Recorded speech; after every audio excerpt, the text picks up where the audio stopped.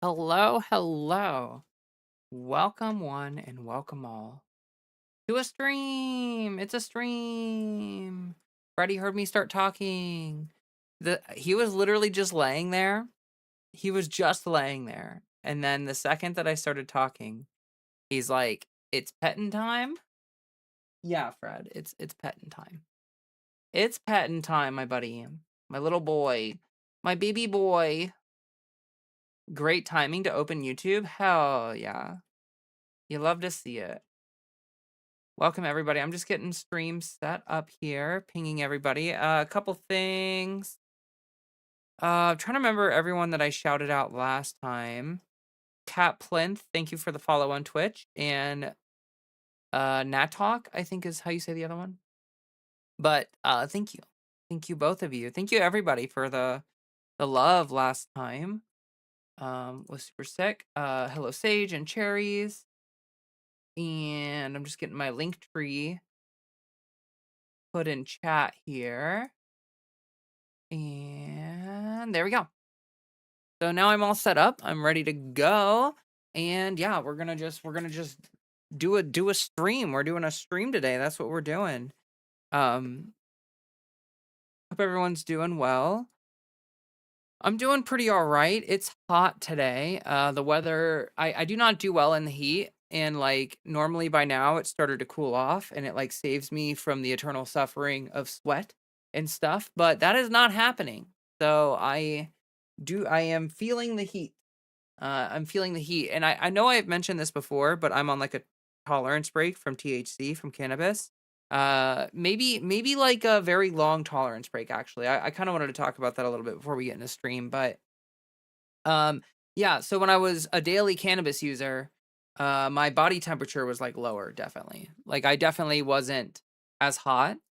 Um, I don't know what it is about that. Something about the endocannabinoid system or something about THC makes you your body temperature drop or maybe it just makes you feel the heat less. I don't really know what it is, but what I do know is that it's hot and I'm hot. And ever since I stopped using cannabis, it has been worse, which is fine. It's fine. But yeah, so just a little update there. The tolerance break is going really well. I am or were you just high? Well, right, that's what I'm saying. It's like I don't really know. It could be an effect of stuff. If I stopped smoking, I'd lose so much munchies weight. I've heard like two different things. I've heard some people stop cannabis and they lose weight. And then I've heard other people where they stop cannabis and they gain weight. So it actually seems like some people use it kind of as a replacement for food. Kind of like people do with cigarettes. And then some people obviously eat a lot when they're stoned. So yeah, the tolerance break's been going really well. The cravings are gone. I'm no longer having any issues there. There have been a couple times where I have like, caved in or whatever, just like my stomach felt bad or something, and I would like vape a little. I have a dry herb vaporizer, and I'd vape a little bowl.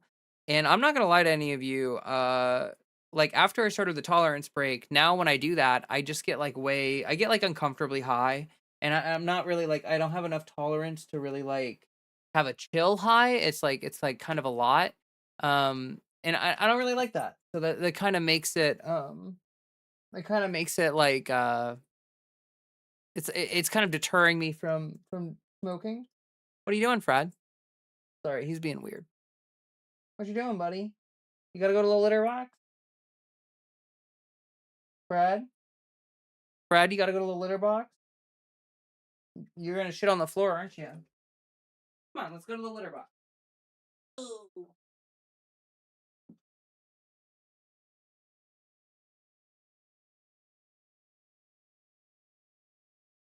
I don't know. I think his tummy's upset or something.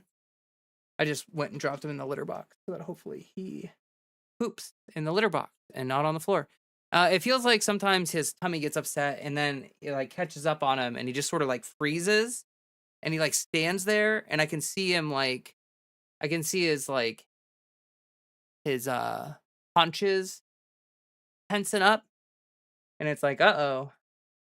It just makes me think he's about the poop or something. But anyway, uh you have no appetite without the smoke. No, I get it. Like when I started the tolerance break, like obviously when I was a daily user, every time I ate, I would, you know, I would every time I ate, I would partake in the cannabis, and then that would like settle my stomach. And so for the first like week or so, every time I ate, it felt really bad. Like it kind of fucked with my appetite, made my tummy feel bad. But I'm kind of past that point now, which is really good. Dadzilla says I will use the gummies for sleep, but my generation drank. No, for sure. And also hello, Asura, welcome.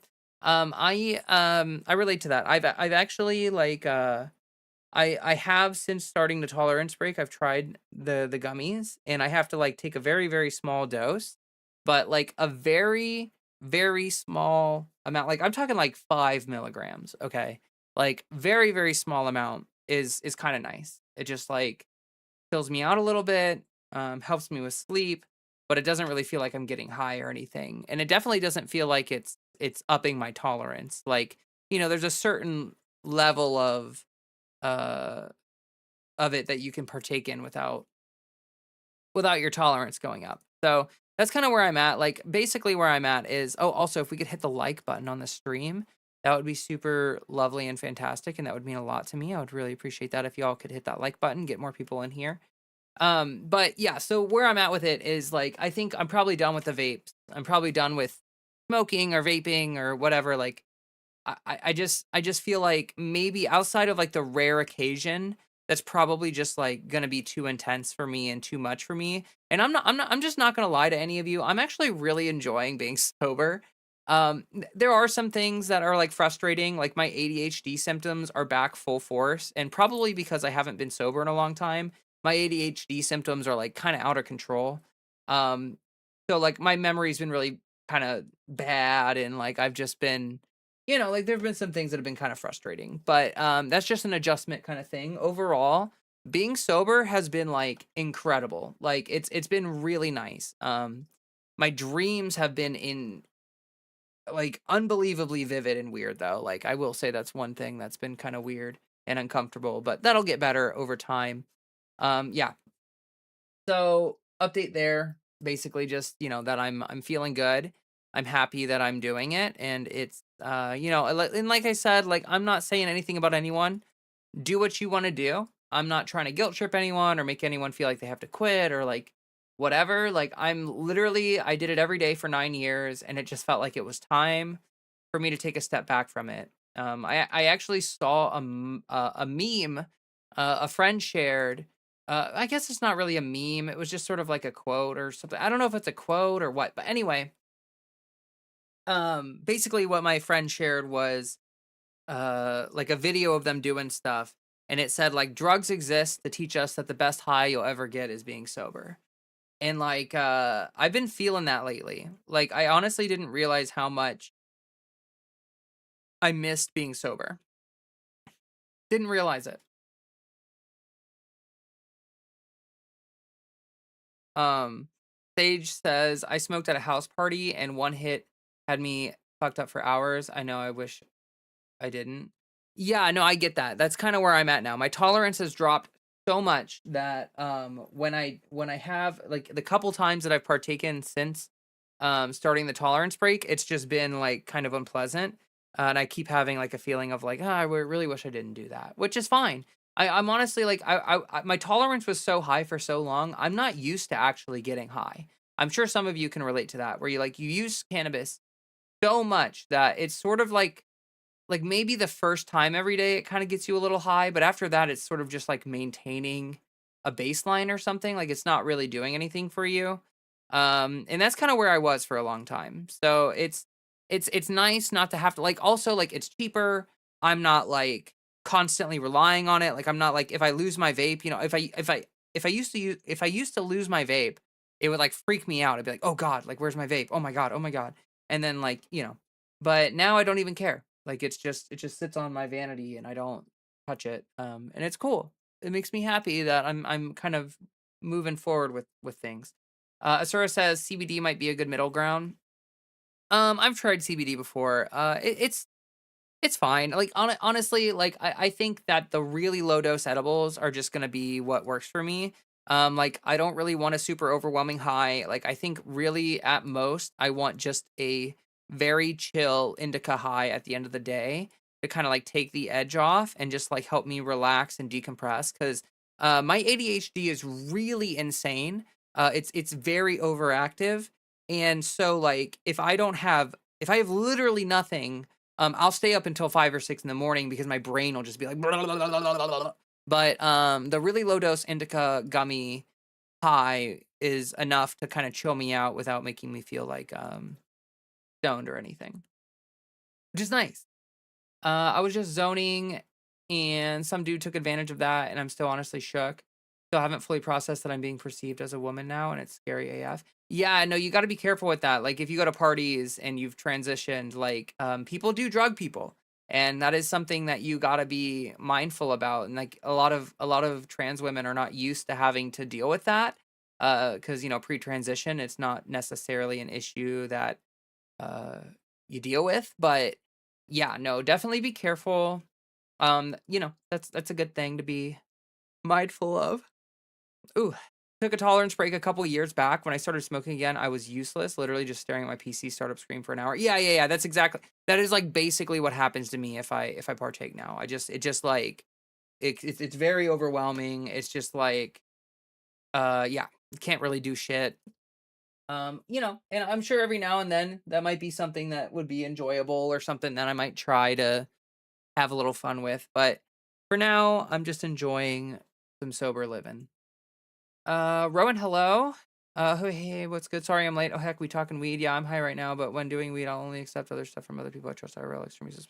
Yeah, no, for sure. I feel that. I try not to take things from other people unless I extremely trust them. Unless I extremely trust them. And yeah, no, like I said, I'm just talking about my personal experience. I was a 9-year everyday daily user, and I'm on a probably an extended tolerance break. And like there's no judgment. I'm not commanding anyone to do anything. I'm not telling anyone you should or should not do anything. I think everyone should make these decisions on their own. I'm a huge, like, I obviously think that like drugs should be decriminalized. And I think that like people should have like free will. Like, it's your body, it's your choice. Like, I think everyone should have the ability and the freedom to make the choices they want to make with what they put into their body.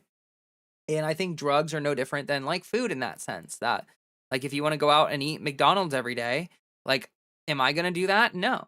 But if you want to do that, like, I mean, it's your life. It's your prerogative even. And it's your prerogative basically. And I just like, you know what I mean?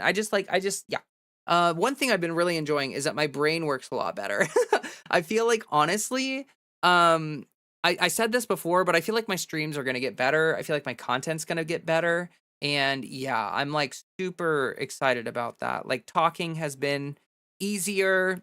I feel like the train of thought like flows a little better. Although sometimes like I can be kind of forgetful now, and sometimes my train of thought gets like insanely derailed. But that's just like ADHD stuff. When I lived out in the West, PL Queen between Cheney and Airway Heights, I'd go to Toker Friendly or Cinder every week, especially during COVID. Oh, hey Sputnik, welcome. I'm too fucked up about the Fourth Reich to go straight edge. No, I get it, and that's exactly like I said. I am not casting any judgment or stones or anything about that. Like, I get that people sometimes like look, when I started using cannabis every day, I was very honest with myself that like, hey, I'm using this to cope. Like, I literally said that to myself. Like, it was like the fourth day in a row I had smoked. I was like, okay, this is like turning into like uh a coping mechanism for me. And I had to sort of contend with that. And I won't lie, I sort of was a little bit uncomfortable with that the whole time. Like, throughout the whole 9 years, there were thoughts that I would have, especially if I was like too high or whatever, where I'd be like, "Oh shit, like, why am I doing this to myself? Like, maybe this isn't the best coping mechanism for me." And so it definitely feels like it was something that I wanted to do for myself, is to just like, prove to myself that I don't need it, prove to myself that I can live without it. And that way, when I do partake in it, I can enjoy it, and it's not a habit, it's not an addiction, it's just something that I do sometimes. I think that that's great. Anyway, I'm gonna stop talking about that. We're gonna talk about, I guess, news and politics, but it's kind of weird because I don't know, guys. Talking about news and politics has been pretty weird right now. Like, there is stuff happening, but it feels like the overwhelming narrative, the overall narrative has been about what's going on in Iran and the war and oil prices and everything like that. And like we're in this really weird in between era. Like we are in a stage of things where like we just don't really know what's going to go on. I just realized I left my water upstairs. So at some point soon I'm going to sprint up there and grab it, but I'm going to keep chatting for now. Yeah, like I just yeah, things are pretty weird right now and very up in the air. And so it's hard to know what to talk about other than the fact that like um, you know, like war with Iran is bad and stuff, okay? And like yeah.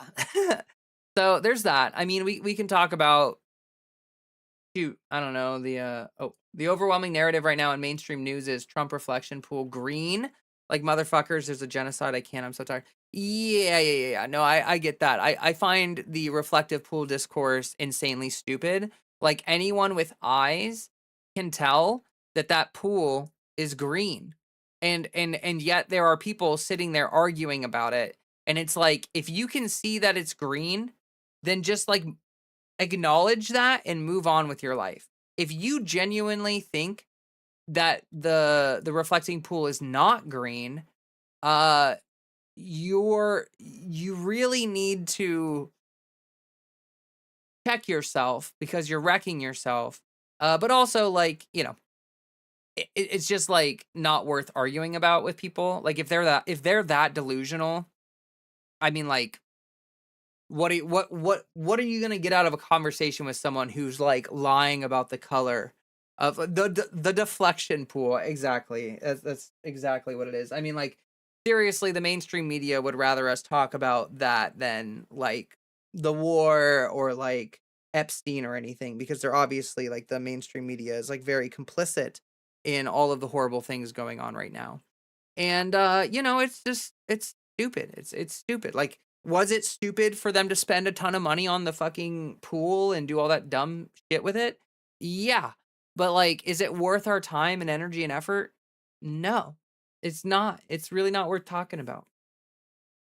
Which is why we're not going to talk about it much more than that. God, it is hot down here. I am not like that. The war we lost. Yeah, exactly. We are like the only way we are getting out of this war is by conceding to Iran the things that they want. Like they want concessions. They want money because of all the sanctions. Like they want reimbursement for all the financial harm that we've done to them. They want, they want guarantees of things. And like oh, Fred. Oh, okay, he just farted. Oh no, that's gonna be so stinky. Oh God, Jesus Christ. Oh,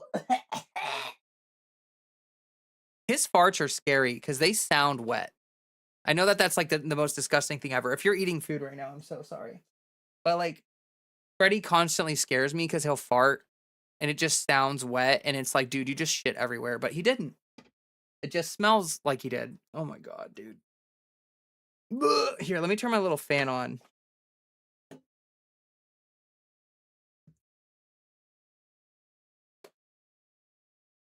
Hopefully you guys can't hear that. But that actually feels really nice too. It's like hot down here. It doesn't seem like my mic's picking it up. If anyone can hear my little fan, can you please just let me know? Oh, that's much better. It's also like it's so hot down here. This is actually really helping. Uh, who are you gonna believe, me or your lying eyes? Exactly.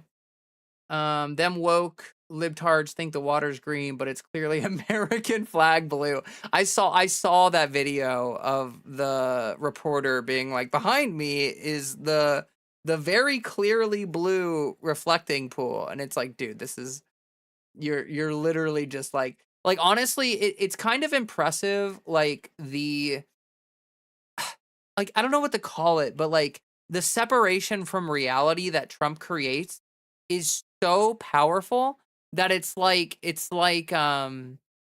he creates, like, a little bubble universe where everyone that loves Trump and trusts him and all that stuff, they're just so like, they're enveloped in it. Like, like, literally cannot confront reality because this distortion field is just, like, warping every single thing that they see and interact with. It's absolutely insane. But, like, honestly, I really feel like it should be studied. Like, I understand that, like, cult dynamics have been studied before, but this is, like, on such a large scale. You know, like, how many millions of people? Like, has there ever been a cult this large before? That's a real question that we have to ask. Like, how many people are officially in the MAGA cult? Like, I don't know, 40, 50 million people? Maybe more? I mean, like, real MAGA people. I'm not talking like these fake, oh yeah, I voted for Trump because Trump was the guy or whatever. Like, I'm talking about people that are like hook, line, and sinker MAGA, right? It's like there needs to be studies done on this stuff. I'm not lying to any of you. Like, I really do think that we need this to happen.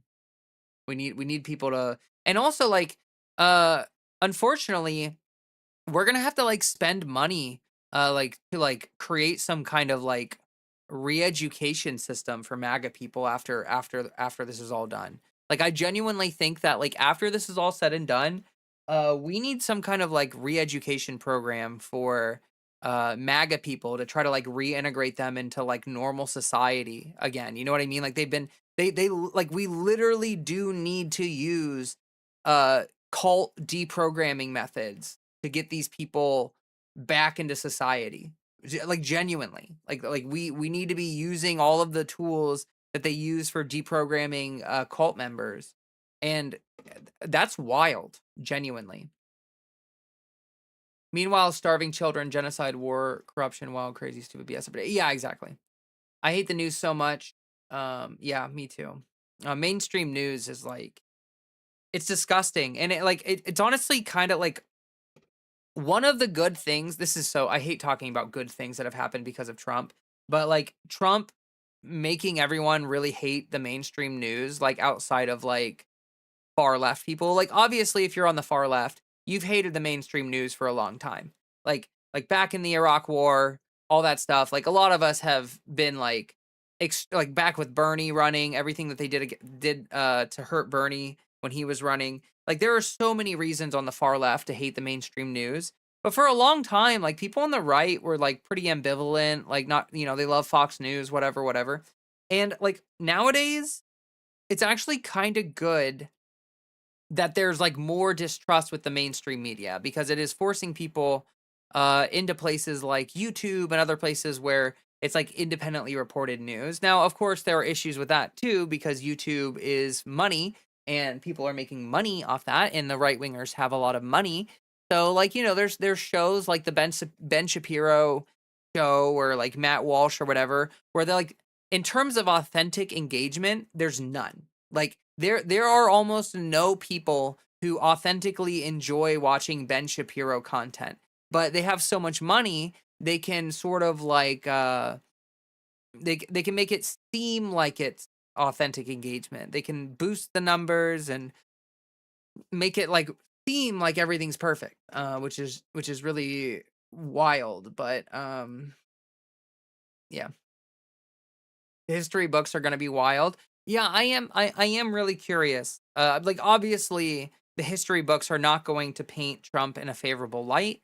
Like, I am I'm like 100% sure that after this is all said and done, history will regard Trump in both terms as the worst president of all time. Like, his first term at that time was the worst presidency of all time. And then he easily outdid himself for the second term.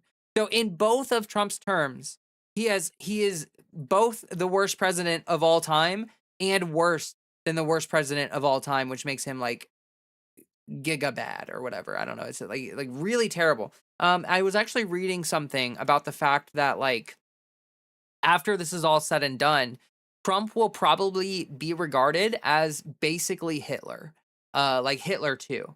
And I was like, at first, I was like, well, yeah, like, you know, neo Nazis love him and like there's reasons to, but like in terms of like, you know, like death toll and stuff, I was like, well, you know, Hitler killed a lot of people. Like, definitely the Nazis killed a shit ton of people. And it's like, how do we, where is this equivocation happening? And then I looked into it a little bit into the article, and they were talking about the US aid cut.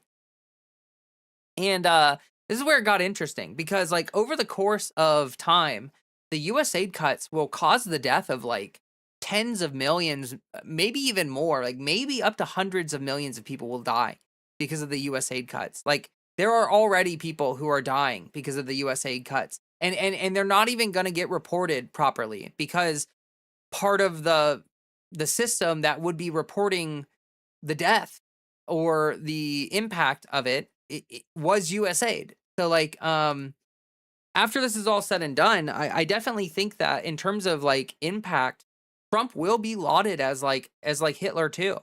Like the amount of people in Africa and in other countries that are going to die because of the cuts to USAID is astronomical. Like probably more than the people Hitler killed. Like he's probably going to cause more death than Hitler, which is actually kind of crazy to think about. But you know, so Awesome says he created a simulacrum and we're all trapped in it. I think that like MAGA people are trapped in it. I don't think that we all are. It's like a domain expansion or whatever. My mother's husband is exactly the person, and he's such an offensively unlikable, racist, xenophobic, sexist, MAGA, Nazi dumbfuck. Yeah, exactly. That someone like that is going to need to be put into like a re-education camp because like I'm not gonna lie to any of you. Like I do think that there are a fair amount of MAGA people that will be unable to reintegrate into normal society after this is all over. Like if you are hook, line, and sinker MAGA and then you try to move on into the future, it ain't gonna work. It's just not gonna work. Hello, Glitchmaster and Katie Cat, welcome. And Drew, welcome. I think this experience clarified who's left wing and who's liberal. Finally, they have it on in the background while they're performing masculinity. Do you wait? They have it on. Wait, what are you talking about? I think this experience clarified who's left wing and who's a liberal. Finally, what specifically were you talking about with that? I'm curious. I think I have an idea, but I just want to make sure. Ben and Nick need to date already. The Ben Shapiro's and Nick Fuentes type. Yeah, it's a part of their asshole ideology. Loudly blast the most offensive content as loud as you can. Exactly. What kind of nightmare homunculus are you trying to create? That's funny. Trump is the beginning. If we don't institute socialism now, we will have something far worse than the Nazis could have ever dreamed of. Um, yeah, I mean, like I've talked about this before, but Trump is a symptom of the systems that we have created in our society, in our country, and that is not going to get better or go away just because he dies or whatever. Like, clearly Trump will die, MAGA will die, but if we don't do anything to reform the system and change what the fuck is going on in our country, then we will just keep going in this death spiral. Like, you can really tell who's a liberal and who's far left or like actual left leaning because like liberals tend to think that like after Trump is gone, we've won or whatever. Like they tend to be like, oh, well, he can do his worst, but as soon as he's out of office, everything's going to be golden again or whatever. And it's like, actually, no, like that's not going to happen. Things are going to just keep getting worse because the Democrats are complicit in all this. They don't really care. They're not going to do anything to fix anything. And we're just going to end up with like Stephen Miller or Tucker Carlson in 2032 or whatever. You know what I mean?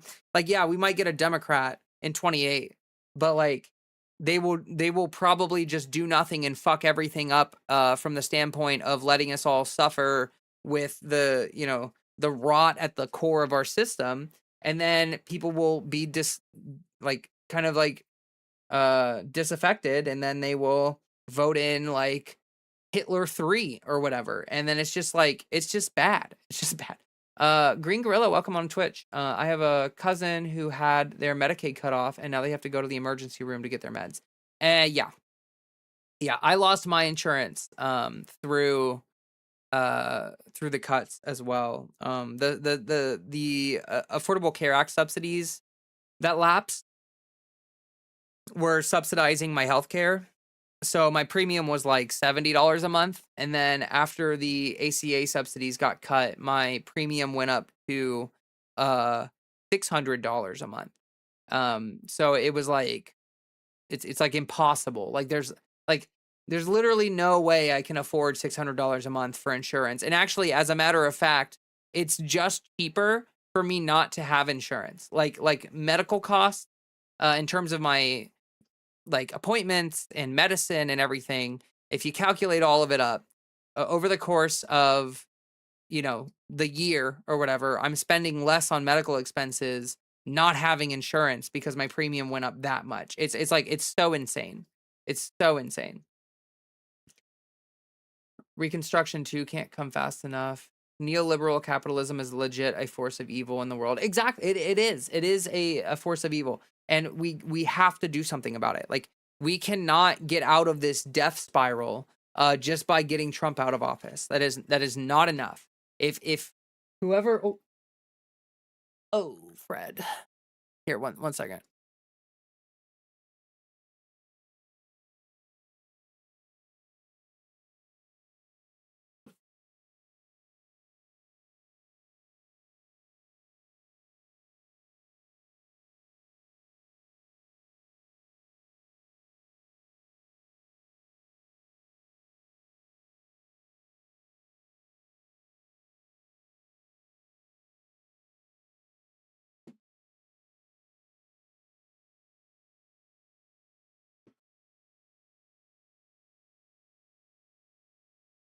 And that is why I put covers over everything. That's why I do that.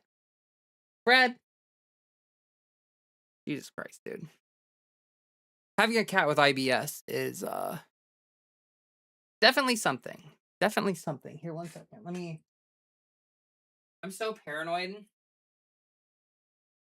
I keep alcohol down here so I can like disinfect myself.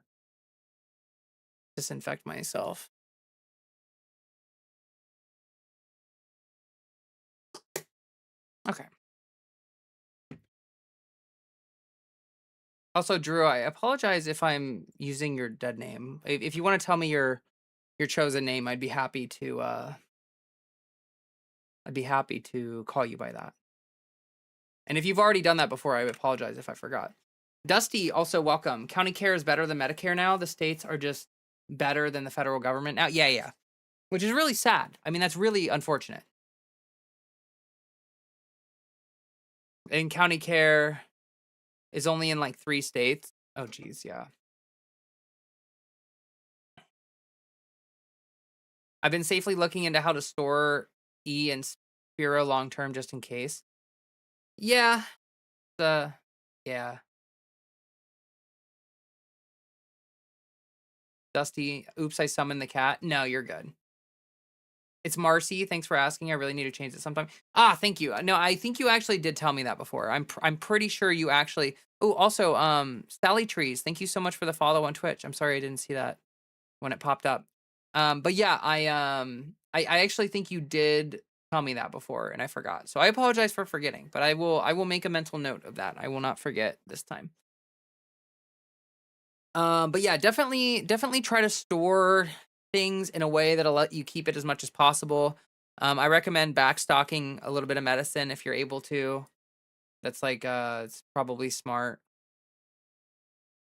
I do actually want to record a video here soon. So we will probably hop into that rather soon.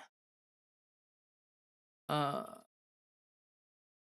that would be cool if y'all want to hit that like button on the stream on YouTube. That'd be wonderful. And we'll get that running. We'll get that going here soon. Yeah, Fred, you got to learn how to control your butt, dude. I didn't know that was announced to the streamer. Jump scare. No, you're good. You're good. Yeah, I get notified when people follow me and stuff. There's the possibility Trump may set back neoliberal policy. No, well, I mean, like if we want to talk about like effects of the Trump presidency that are actually potentially good, one of the things that's potentially good is the fact that there's like no, like, so many people have been radicalized by Trump too.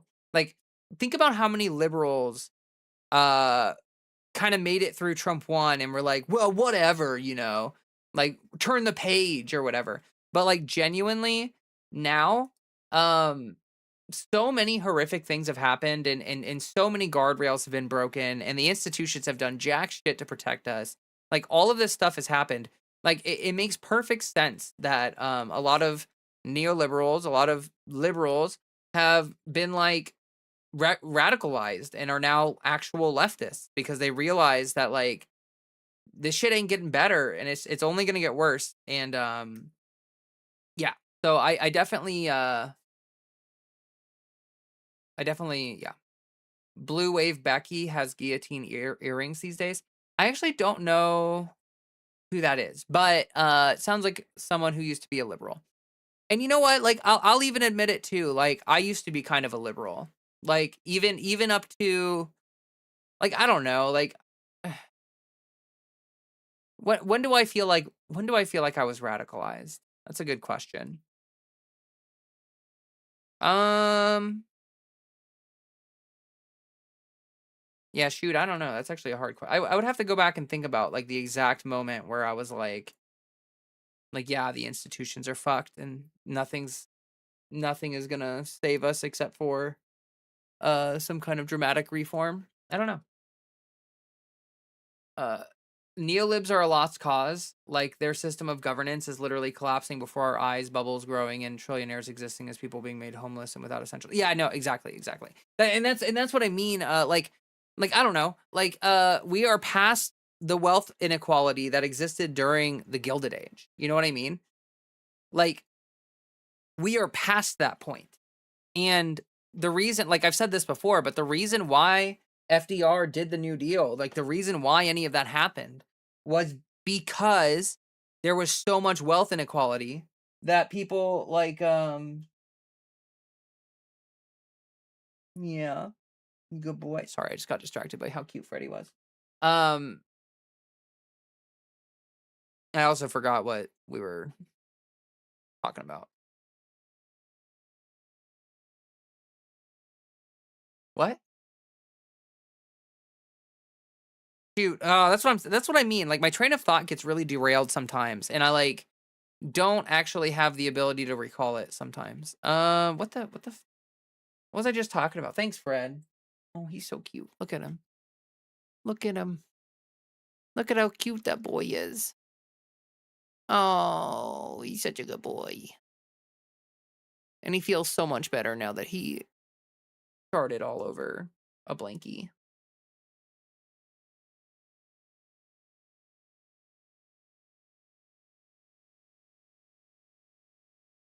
I was libertarian, now I'm a communist. Yeah, I mean, it sounds like a pipeline that I've seen pretty frequently nowadays. Dude's talking like Nick Shirley being all the millionaire landlords here in New York. I don't know who Nick Shirley is. I was a weird communist kid in like third grade, not because I thought about it deeply. I just like the red flags and posters. Many such cases, but I get you. No one is a lost cause, yet not everyone can be saved by you or themselves. Just seeds just seeds to the willing, I would say, but definitely I would say ditto to the not wasting energy. Yeah. Girl, I used to be a liberal, then I had an enlightened Oh, I was talking about when I was radicalized. I forgot. Yeah, I don't know. Maybe after Bernie. I think maybe after they fucked Bernie over, and like I think I was probably just like kind of a neoliberal Democrat until Bernie stuff happened, and then after Bernie got fucked over, I was like kind of like more of a progressive, you know? And then since then I've moved even farther left. So I was a liberal till COVID gave me time to think about how fucked my relationship with work was. Also, I guess just radicalized by working in restaurants. No, I get it. Like working in food will do that to you. I definitely, having worked in food, I've had that experience as well. We were talking about healthcare for a bit. We love Fred. Yes, Fred's good. Eventually moved past Hassan. Now I'm radical. uh, sorry, word salad. Oh no, you're good. Hassan is like baby's first introduction to leftist deprogramming. That's true. That's true, but it's okay. Um, all right. So yeah, I want to record a video, but I will. I do want to say that the video I want to record is like sort of not super politicky. Like it's not really news and politics. It's more not news and politics.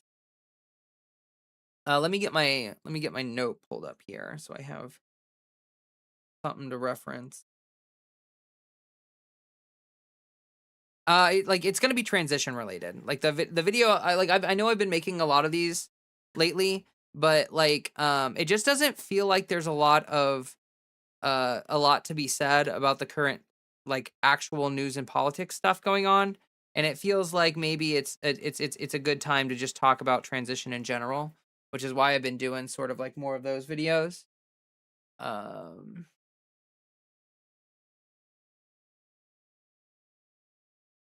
don't call me out like that. I was a libertarian before I came out as trans. Now I'm far left. Yeah, and honestly, like transitioning is definitely quite an easy way to radicalize yourself. Because like if you become trans and you don't immediately realize like how the systems are designed to fuck you over especially hard, then like yeah, it's not great. Um, what's up, buddy? You napping? You gonna nap? You better nap. All right. Chapo Trap House was my gateway drug. I do gotta say, Chapo Trap House is like a pretty great introduction to leftism. They got the humor and everything. Like it's a good thing. Hassan, Valsh, and ContraPoints saving people from the right since 2016. There like honestly, there's like there's like a good amount of channels on YouTube that are like pretty effective at deprogramming people and bringing them to the left. And I think that's important. Like I think, yeah, it's good to have like your hyper socialists or whatever. Like that's definitely a thing. But also like I think it's important to have people who are able to reach people who aren't already perfect leftists. You know what I mean? And I don't think that there is such a thing as a perfect leftist, but like I'm just saying that in the sense that like I think it's important to have people who whose voices are palpable, or what's the word, palatable, that's the word, to people who are not already like super far left. And like honestly, like I think that that's like important, and I think I'm part of that too. Like that's kind of someone that I try to be a little bit. Like I know that I am kind of a, I don't know, but like I just think it's like kind of how we talk to people. Like it's not even really your ideology. Like I think you can be pretty far left and still reach people, but I think it's really just like how you construct your messaging and how you talk about things, and like a lot of that will influence the way that people view you. And like yeah, like I think that like it's like code switching, right? Where like if someone's already a leftist, you can talk to them in a certain way that you can't talk to people who aren't already leftist. Because if they're not already a leftist, they're not going to gel with the language that you're using and the way that you're describing things. And so you have to kind of like dumb it down or water it down or describe it in a way that maybe they can understand, or use less provocative language, or maybe even sometimes more provocative language. um uh like I think that they're like it's an important part of messaging for certain people, and I understand that some people just don't care or don't want to do that. But yeah, that's, oh, gotta ban someone on Twitch because they're A bot. They're a bot trying to spam things in my chat. I need to like sit up straight. I suddenly realized I was trans in 2014, but kept that shit to myself till 2021. Oops, it happens. Sean was my introduction to leftism. Sean and Dan Arrows. I don't know who those are. Men who haven't deconstructed misogyny are the majority, but the ones who do begin to stay on deconstruction are gems. Yeah. I got deprogrammed by the YouTube channel Rare Earth. Just learning about America's history at Bikini Atoll broke any idea that we were the good guys. Oh yeah. I mean, they're like, and honestly, that's the thing about it is that like there are so many things that if you learn about them, it makes it obvious that we are not the good guys. Like we are definitely not doing the world favors. Um, I miss good bread tube era. I don't know. I try not to be like I try not to be too nostalgic about stuff like that. Like I tend to think that things happen when they're happening for a reason, and then like when that era's over, like it's over for a reason, and we should move on for the same reasons. You know what I mean? I enjoyed BreadTube era, but there were also parts of it that were incredibly shitty and toxic and stupid, and the infighting was insane. And like like leftist infighting is a perpetual thing. It's never gonna go away. But well, I guess what I'm saying is just that, like, I'm not, like, nostalgic for that era in the same way that some people are, where they're like, "Take me back." Like, you know what I mean? Sometimes coming out to yourself is the most important step before you do to others. Yeah. There's a problem because the person that will be in office next is going to have to fix what he ruined, and it's going to take forever to yeah, no, for sure. Tremarsky, thank you for chatting. And yes, that is I've talked about that a fair amount on my channel, but that is like kind of like one of the largest issues that we're running into here with the Trump era is that they've done so much damage and the system is so fucked. Like things are so fucked and corporations and lobbyists have systematically eroded any possible way of using legitimate political avenues of power to affect change. Like pretty much any possible way of affecting change has been stripped away. Like unions and all this other stuff gone. Just fucking gone, you know? And it's unfortunate. It's really unfortunate. But it is what it is. It is what it is. Oh, so cute. Freddie is being so cute. Rare Earth, I remember that. Jacob Geller is also a leftist. Don't know who that is.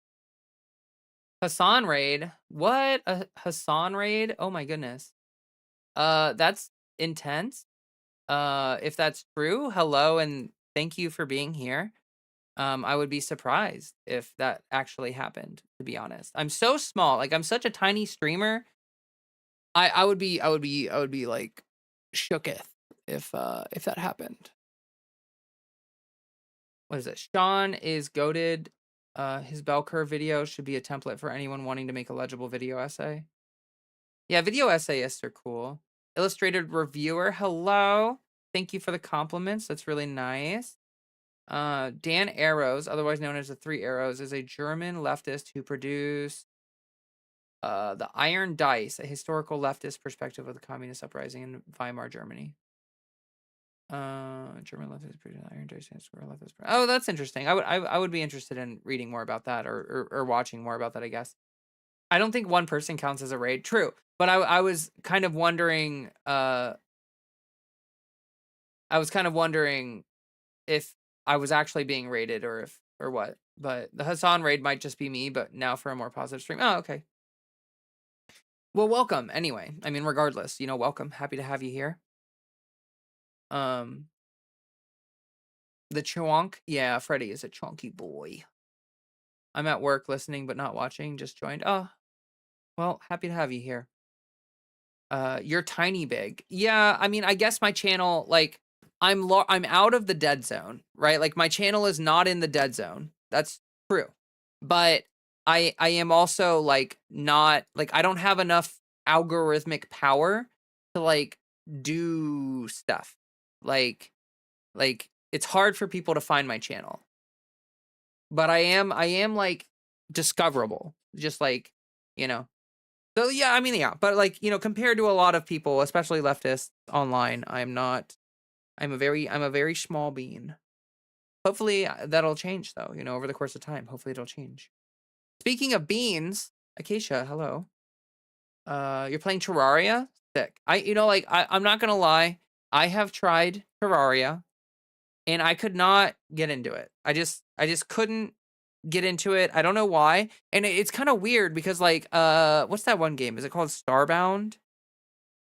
Is that what that one game is called? Here, let me open up my Steam library so I can try to find it.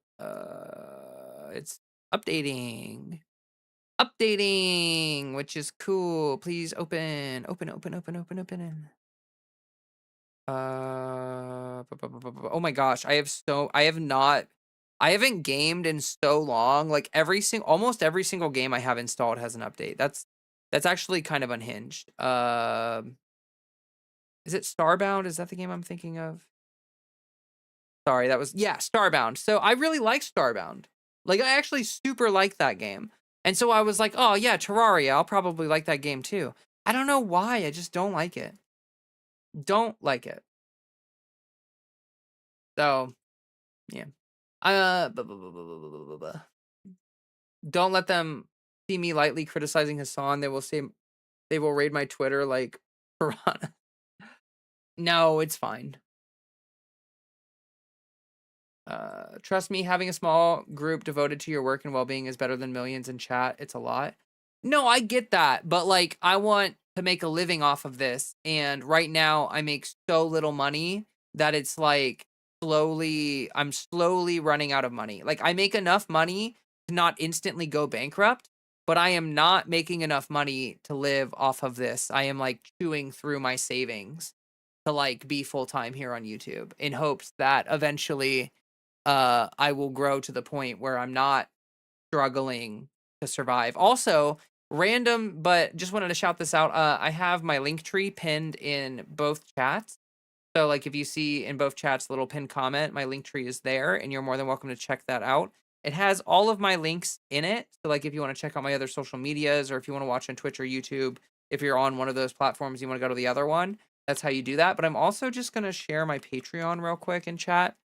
And if you enjoy my content, if you like watching my content, like literally, please, if you could just get I know that times are super tough, but like even getting just the bottom tier, like if a lot of you, if 200 people got the bottom tier, that would make like a world of difference to me. And now I know that's like a lot of people, and that would be insane. Like that's not going to happen right now. But I'm just saying that like every little bit helps. And so if you like my content, you want to keep me around and you want me to like not have to uh quit eventually, like, would super appreciate any support that anyone can give me. And also like huge shout out to everyone who is a Patreon supporter. Like I love all of you so much. Thank you, thank you, thank you.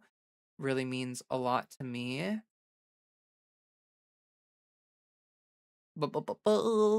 Yeah, for some reason YouTube recommends me trans creators and I have no idea why. No, I get that. You know what's kind of wild though is that like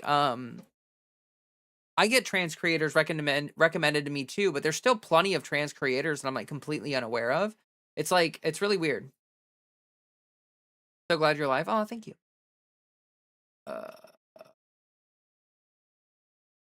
but Hassan's probably doing Hogwatch while going to the bathroom. Empty chair reacts while chat goes fucking insane. That's what Hassan's probably doing right. Oh, well, that sounds like you have some emotions around that. I don't watch Hassan streams. I game too much. I usually game a lot, but I do it in waves. I'm one of those people, I do everything in kicks, right?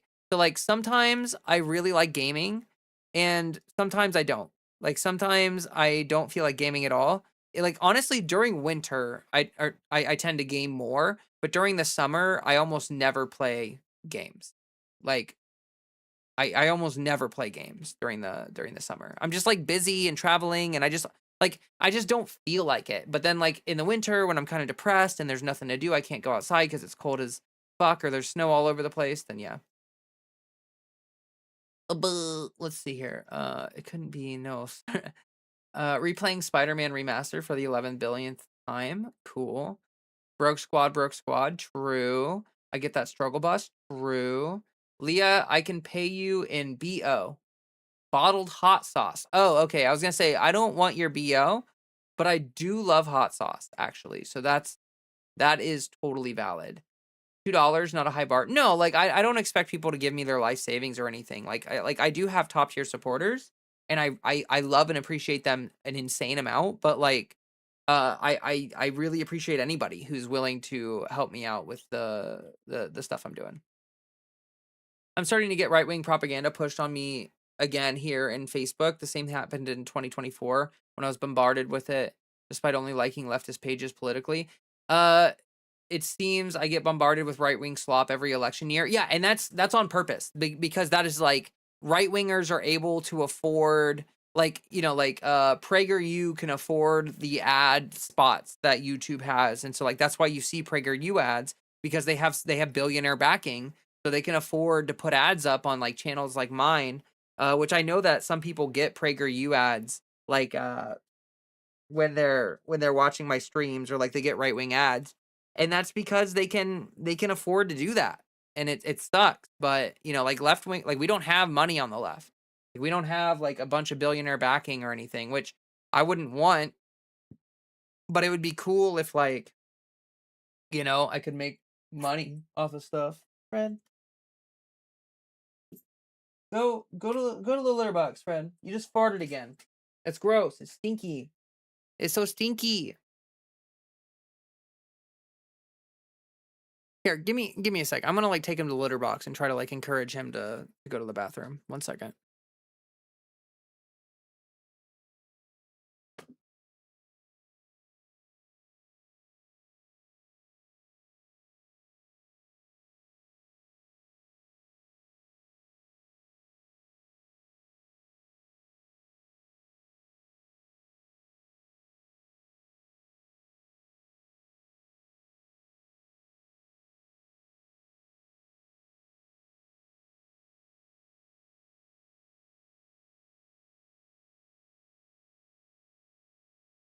Yeah, Freddie did not like that. I took him over to the litter box and I like massaged his tummy while he was in the litter box, hoping it would like get him to go to the bathroom. It did not work. Why are you so constipated, Fred, or something? I don't know. He's being weird. His tummy seems like it's upset or something, but yeah, I don't know. Anyway, what do we got here? Sorry, I got lost my place in chat. Do you think Republicans are using him because his health is declining rapidly? Are you talking about Trump? Do you think Republicans are using him because his health is declining rapidly? Are you talking about Trump there, Char? Or is that who you're talking about? I'm assuming so, but I just want to make sure. Garlic ghost habanero hot sauce. Grow the peppers in the buckets out back. Ooh, that's cool. I do love habaneros. Habanero hot sauce is like straight up super delicious. Hi Leah, just watching without commenting, listening. Yay. Well, thanks for being here. I really appreciate you. This right here, this is the real shit. True. I started getting suggestions to only right-wing media when I tried to depoliticize my feed. I'm not political, might as well be polite. Oh, Dusty, that is such a good point, and it's honestly like really unsettling. But like there are tons of right-wing pipeline channels that are like literally branded as apolitical, but the more you interact with the content, the more you realize that it's actually right-wing content and it's a pipeline to other right-wing content. It is actually one of the most frustrating things is that like left-wingers are usually more staunchly political, and they usually are more vocal about it overtly, and so it's like if you're not already like that's why I think that it's important to have like bridge people, like people that can bridge the gap between leftism and centrism or whatever, to try to bring people over to the left, people that like are good at shifting people to the left, because there's so much of that to the right. Like how many people do you see leave the left to move to the right versus the opposite? It's like it's almost impossible like it's so rare to see someone on the right leave and move to the left versus someone on the left move to the right. And that's for a lot of reasons. It's because they have money. So like a lot of it's disingenuous, like the Young Turks, for example. They for sure moved to the right, and because they are taking right-wing money. Like they clearly could not afford their operations or something, like they were going into debt or some shit, and they just decided that it was better for them to sell out and get some backers who demand them to be a little more right wing or whatever. And that's what they did. And so now the Young Turks is like basically centrist slop media where they just give apologies to fucking right wingers and make like transphobic arguments and bullshit. Like watching what happened to the Young Turks is really, really distressing and unfortunate. But it's just like that's a prime example of how money moves people over to the right and forces people away from the left, because like we live in this capitalistic hellscape, and like people want to make money. They want to make money, especially if you're running a business. So it's frustrating. It's really frustrating. But yeah, there's that.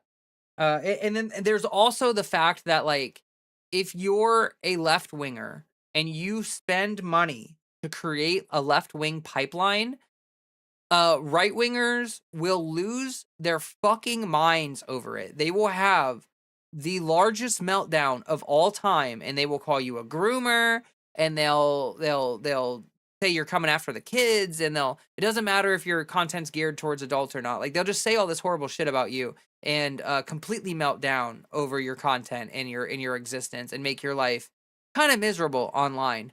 But like leftists tend to just ignore people on the right who are like that. Like if like people like Asmongold, right? Where you watch Asmongold and you think like, oh, like this is someone who plays video games, but then you keep watching Asmongold and you're like, what the fuck? Like this guy is like alt-right genocide apologist, like right-wing pipeline dude. Like you start to realize what's happening. And then most left-wingers are like, "Oh, fuck that. Like I don't want to be a part of this." And they just like block the person or like ignore them, and they don't like go after them all the time or anything like that. But like on the right, there's bots, like they can afford to pay bots to come after left-wing content creators and all this other stuff. And it's really unfortunate. It's super unfortunate. Uh, uh, uh. So yeah, thanks for bringing that up, Dusty. That's a really important conversation to have. Char said yes. So I do think that the Republicans are using Trump, but it's like a poison pill kind of thing, where like this is the thing about Trump, is that like he has this weird ability to pull people into his orbit, and like he's like I know on the left, it's not viewed as charisma. It's like not actually charisma. But like if we're being real, there's a lot of people on the right who are very sucked in by Trump's ego and his ability to be so bullish, and his lack of apologizing, and yeah, all this other stuff. Like it's really, really unfortunate, but he has this kind of gravitational pull for stupid people. And that's why he was able to take over. Like literally, that is the reason why he was able to take over the Republican Party, and that is why the Republicans accepted him so readily, because right wingers have been losing popularity for years and years and years. Right wingers have just been losing the kind of like the mandate. Like Republicans are a minoritarian party, right? So but like by the very nature of the party, they have to like cheat and lie and do all these other things to try to like balance the scales, because there are simply more left leaning people. And if things were proportionally balanced, we would have basically permanent Democratic majority in all offices. So anyway, so yeah, so like the Republicans saw that Trump had this kind of cult like ability to pull people in, but it's a poison pill, because he's been destroying, like, the Republican Party no longer exists outside of Trump. Like Trump has completely rebuilt the Republican Party around him. which is like why I'm actually really interested to see what happens after his presidency. Because like, what are they gonna do? You know what I mean? Like, it's really interesting. Like, I do feel like the Republicans, after Trump dies or leaves office or whatever, they're probably gonna have like maybe a 2 to 4 year period where no one knows what the fuck is going on with the Republican Party. And you know what I mean? Like no one really understands like where it's going or what or who's gonna whatever. And like sort of the Democrats are actually at that point right now, right? The Democratic Party is at its lowest popularity of all time. Democrats are more unpopular right now than they have ever been in the history of the party. And at the same time, there's an incredible void of leadership in the party as well because of the way Biden ran his presidency and then refused to back down and then dropped out last second and left Harris as the just default pick when she had absolutely no cultural mandate to like try to win and become president. Doing that left it like basically a huge void in the leadership of the Democratic Party. Like we had moved from president to vice president, right? Like we had gone from Obama to Biden, and then it was like, oh, it's going to be from Biden to Harris. And then, like, obviously that didn't happen and probably wasn't meant to happen and was kind of a dumb thing for the party to hyperfixate on, as if we're going to be like Nepo party where if you become the vice president, you're like guaranteed to be the next president. I think that'd be really stupid to do on the left. But that's kind of what the Democratic Party tried to do. They tried to create this like weird cultural mandate. And so anyway, the point is that the Democratic Party is at this point right now where the neoliberal Democrats have completely taken over the Democratic Party. There is almost no power for true leftists within the Democratic Party. And at the same time, neoliberalism is dead in the water.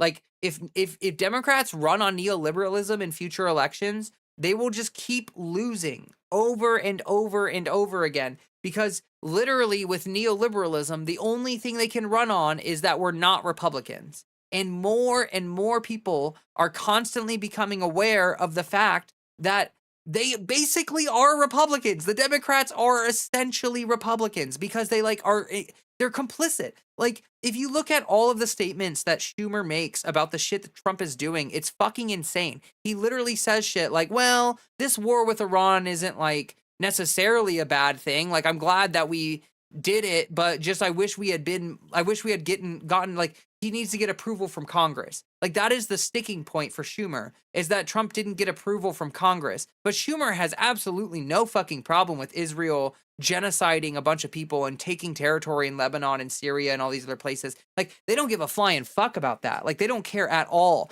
Like they're actually happy about the warmongering and happy about all that stuff. Like and obviously when Biden was in office, the genocide of the Palestinian people started under Biden. He funded the ever loving fuck out of it, and here we are. And so basically the Democrats will hopefully find a way out of this era. Like hopefully in the coming midterms, we have seen this in special elections. So let me just say it like this. Let me say it like this. In the coming election cycle, if we are able to replace enough neoliberal Democrats with true leftists, if we are able to do that, then there's a hope for the Democratic Party that like, okay, if we elect like 40 actual leftists into House and Senate, like between the two, right? If we do that, maybe 40 to 50 to 60 people, we can create a strong coalition that's actually real and has actual power because it'll be enough people to influence votes and to need like the rest of the party to listen to. And then within that coalition, leaders can arise from it. So people can, become strong voices from within that coalition. And because the coalition is of actual leftists, it'll kind of create like a self-selection bias towards people who are strong leaders that also are principally able to represent that entire coalition. And then maybe we can end up with a Democratic Party that's not completely fucked, but like that's like a big hope, right? Like that is some probably not going to happen kind of shit, right? So I don't know. We'll see though. Like in special elections recently, we've seen a lot of like moderate Democrats, neoliberal Democrats get absolutely draxed, like absolutely fucked. And like honestly, like leftists are doing good even in red areas. There are a ton of Republican districts, Trump districts, that are completely disaffected from Trump. And so there's actually a lot of potential for true leftists to run. And the reason why is because leftists want people to have health care. Leftists want people to have housing. Leftists want people to have human rights. And not just for certain people. They want everybody to have those things. So if you are not like if you're running a genuine campaign about real issues like affordability and healthcare and all these other things, public transport, transit, whatever. If you're running a real campaign, an authentic campaign on those issues, it's kind of hard for a lot of these establishment politicians to stand up to you and run against you because they're so disingenuous. They're so removed from the population. They don't know what the fuck to do. They don't know how to talk to people. They don't know how to engage with people. They don't know what issues really matter to people. Like they're gonna trip all over themselves while you like just like power stance them to death. Okay. Let me let me see what we got here. Sorry, chat. I did not read chat for a minute, so let me catch up on chat. Uh, Emily, hello, welcome on Twitch. Hello, hello, happy to have you. Do you know anything about his vice president? Are you talking about Trump's vice president, JD Vance, one of the most unpopular politicians of all time?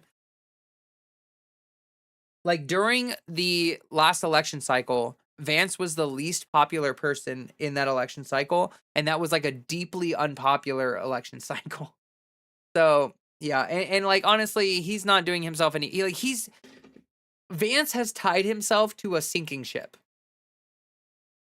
And I know that Vance is probably going to be the default pick for the Republican Party to try to lead them in the future, but I think that that's going to go horrendously bad, and I don't think that Vance is going to be able to hold on to that power. And so I think that like eventually he's going to get pushed out of that position by someone who uh like is just more charismatic or whatever.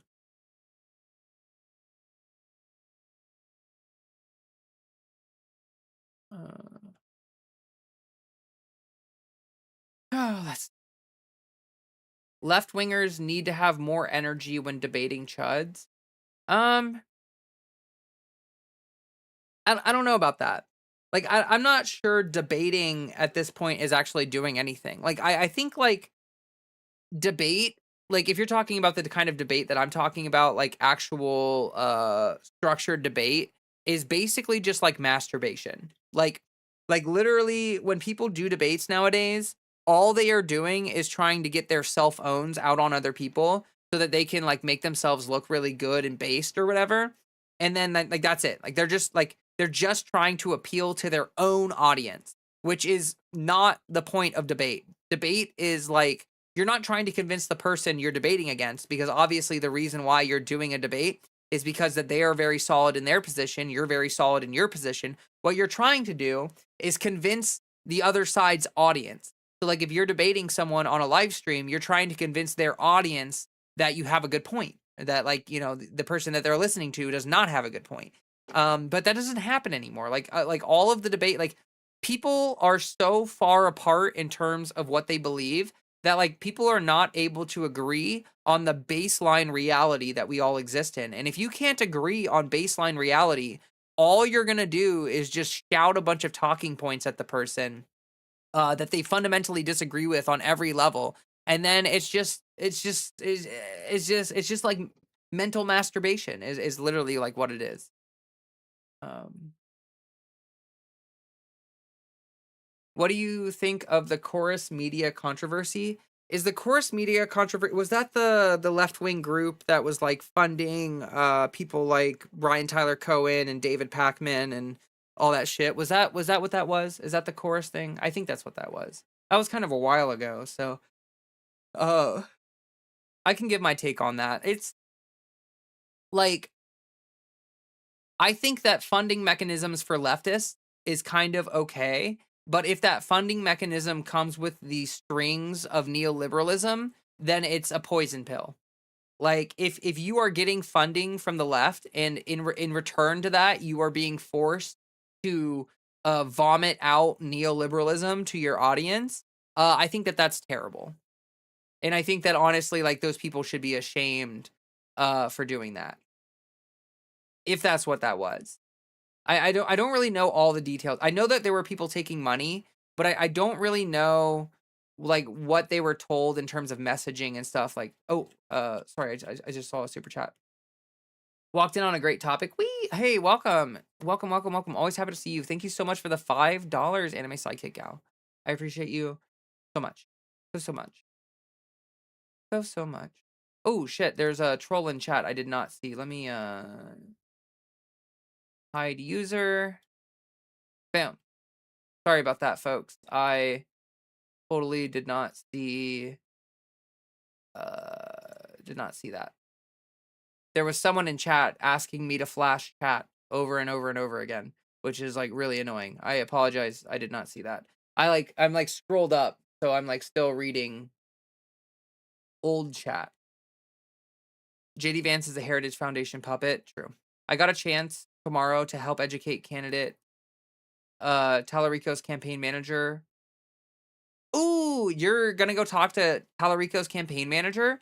That is super fucking sick. I really hope that you're able to have an impact there. Actually, like a really good thing, some good news for y'all is I know someone, I interviewed Kobe, who's running in Minnesota, and her campaign manager was able to put so much pressure on Amy Klobuchar that she was able to get a meeting with Amy's campaign manager and like really give them the what for on like trans rights and stuff. So that's exciting. Let me see. What do we got going on here?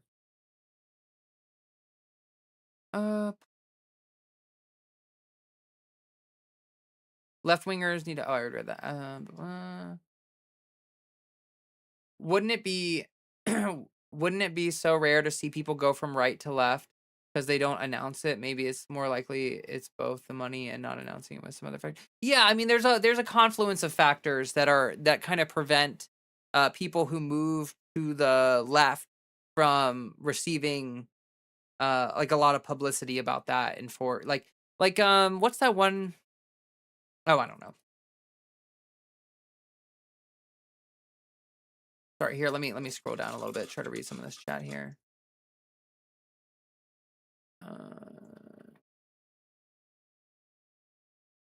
Leah, Trump was a known asshole real estate guy here in New York for a very long time. He's typical 80s Manhattan scumbag sleazeball mob boss. We tried to warn people that he's always been this way. No, I get that, but you can tell people that, but like, you know what I mean? Like there's no like you can't convince people. Like people are going to draw their own conclusions based on like what they see from him, and clearly like what Trump presents to people is like what people saw of him.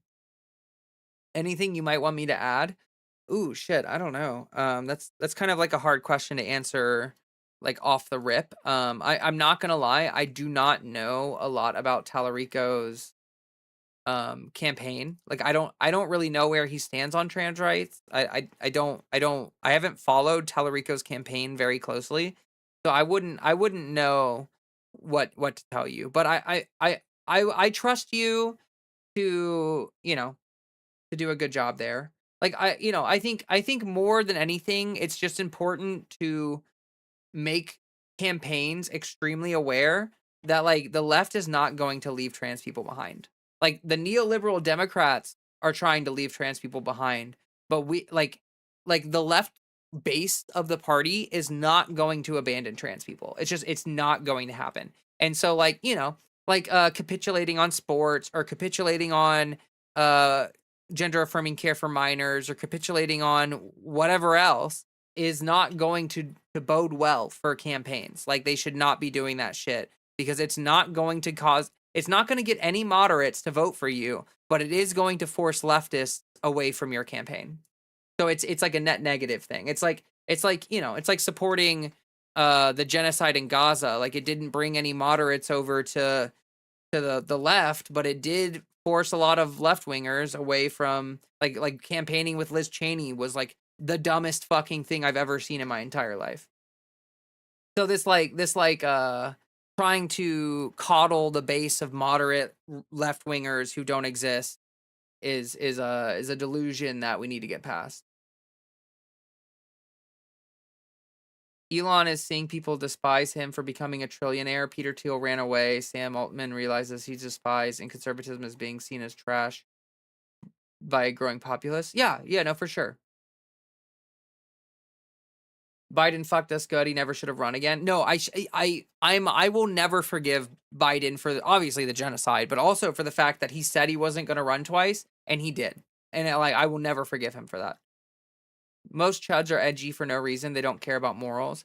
Yeah, like a lot of right wingers are they lack empathy. Like they have not developed enough empathy to understand that the shit that they say is like actually really harmful, and so they just kind of like exist in this like stupid ignorant denial bubble of edginess where they're like, yeah, it's so funny to joke about like Hitler. Like, no, it's actually not. It's actually fucking horrible. Democrats are going to be appropriated by DSA and Republicans will become 2016 Dems. I'm manifesting that. Marcy, that's a great thing to manifest. I mean, it would be way better than what we got right now. I think that's why they're trying to consolidate power. So no matter who's in charge or what happens, they can force their hand and take over. Either Trump was a failure in MAGA 2, or they will try to continue the legacy of Trump. I don't know. I mean, like they've consolidated power around Trump to the point where like Piper, you gotta get away from Fred's food, girl. I forgot what I was talking about. Oh, Trump has consolidated power around him. Like there is no mechanism for people than other than Trump to have that power. Like there's no mechanism for that. The Nerd Reich is looking to become the next evil empire. I swear to God, the Elon Musks and Peter Thiels of society. Oh, for sure. My motto is normal doesn't exist. Common sense and silent judgment to conform both are fascist. Kamala was literally like rah rah rah military business. Israel good. Yeah, it's terrible. The problem with establishment Democrats is that they are establishment, not that they're Democrats. No, I get that, but you know, like I feel like Democrat and neoliberalism is almost synonymous at this point. Like it's hard to find Democrats that aren't bleeding heart neoliberals. Girl boss neoliberal dystopianism for Kamala. Yeah, that's true. Furry's taking over. If only. Give me an eye on the guy from Maine. If he succeeds, he might be a good example of theory I'm mixing. Plattner is like an interesting case. A lot, if not every single person cares about gas being expensive. That's all they care about too. It's wild. No, for sure. James Tallarico is 100% winning a Texas Senate seat in 2026, unquestionably. Oh, that's strong words.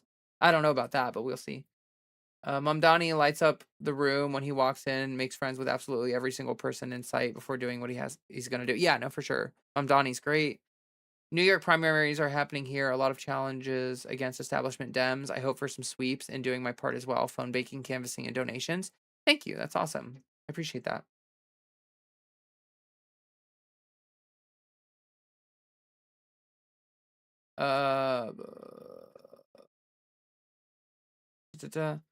Oh my God, it's not a bot. Republican Party splintered without Trump. They are going to split off into competing interests. There will not be another single person for them to call us around. Vance certainly is not the one. Yeah, I agree with that. Let's see here. I'm just going to educate about medical issues, the W path, and possible education K through 12. That's not the extreme right. What the extreme right gives false narratives on. I love furries. They're super fun to hang out with. Furries are cool. I know that everyone thinks furries are cringe, but every furry I've ever met is actually like pretty nice. Let's see here. AI free spamming.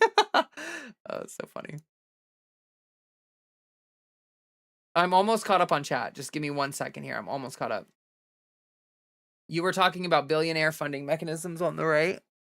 Yeah, what were I'm sorry. Sometimes I get far behind on chat and then I don't remember what people are referencing. If his vice president is anything like him, I don't want him.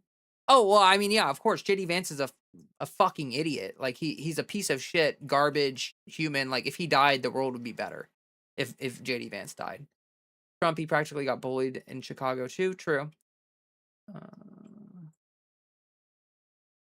I reject your reality and substitute it for my own. Hello, Mythbusters quote. Talarico says trans rights. He said God is non-binary, among other promises. I saw some of the things that Talarico said, but I haven't followed the campaign. I predict trans rights will not be essential talking points for anybody running in Texas. I see, like, I think that people like you need to have good positions on trans rights, but yeah, like talking about it a bunch is probably not a great idea. Like if I were running for office, like obviously I'm trans, so I would talk about trans rights more than other people, but in general, I feel like we should focus on the issues that impact every person like healthcare and all these other things. And like you should make it clear where you stand on things like Mamdani was perfect on it, right? Like was very clear about and not did not capitulate, like very clear about trans rights, but also like didn't really spend a lot of time talking about it because, you know, it's not what a lot of people care about. Here on Long Island, the local town hall just got threatened with hate crimes if the town didn't remove all pride flags. Jeez, that's crazy. I'd just like to say fuck Gavin Newsom. True. Talarico is explicitly pro-trans rights, and Republicans are literally transvestigating him right now. That's good. Polling historically well. Interesting. Trans rights win elections. Marcy, that's just not true. I like you need to have good positions in order for the left wing base to be good with you, like on that kind of stuff. But running like as with trans rights as one of your primary campaign promises is just not smart. And I'm saying that as a trans person because if you look at the polling, people in general like do not care about trans rights. Like a lot of people are completely ambivalent but just like kind of don't want to hear about it. And like I'm not going to lie, I think it's kind of like again, you should make it extremely clear where you stand on trans rights. But if you spend a lot of energy and time talking about it, it kind of makes it seem like you don't care about affordability or you don't care about healthcare or you don't care about public transit.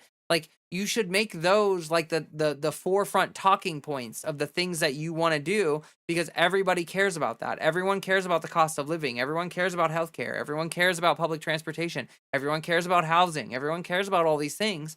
They like most people do not care about trans rights like in a very neutral way. Like they just like don't want to hear about it, especially after the period we just gone through where it's like constantly brought up. I'm just gonna keep referring to Mamdani with that. Uh,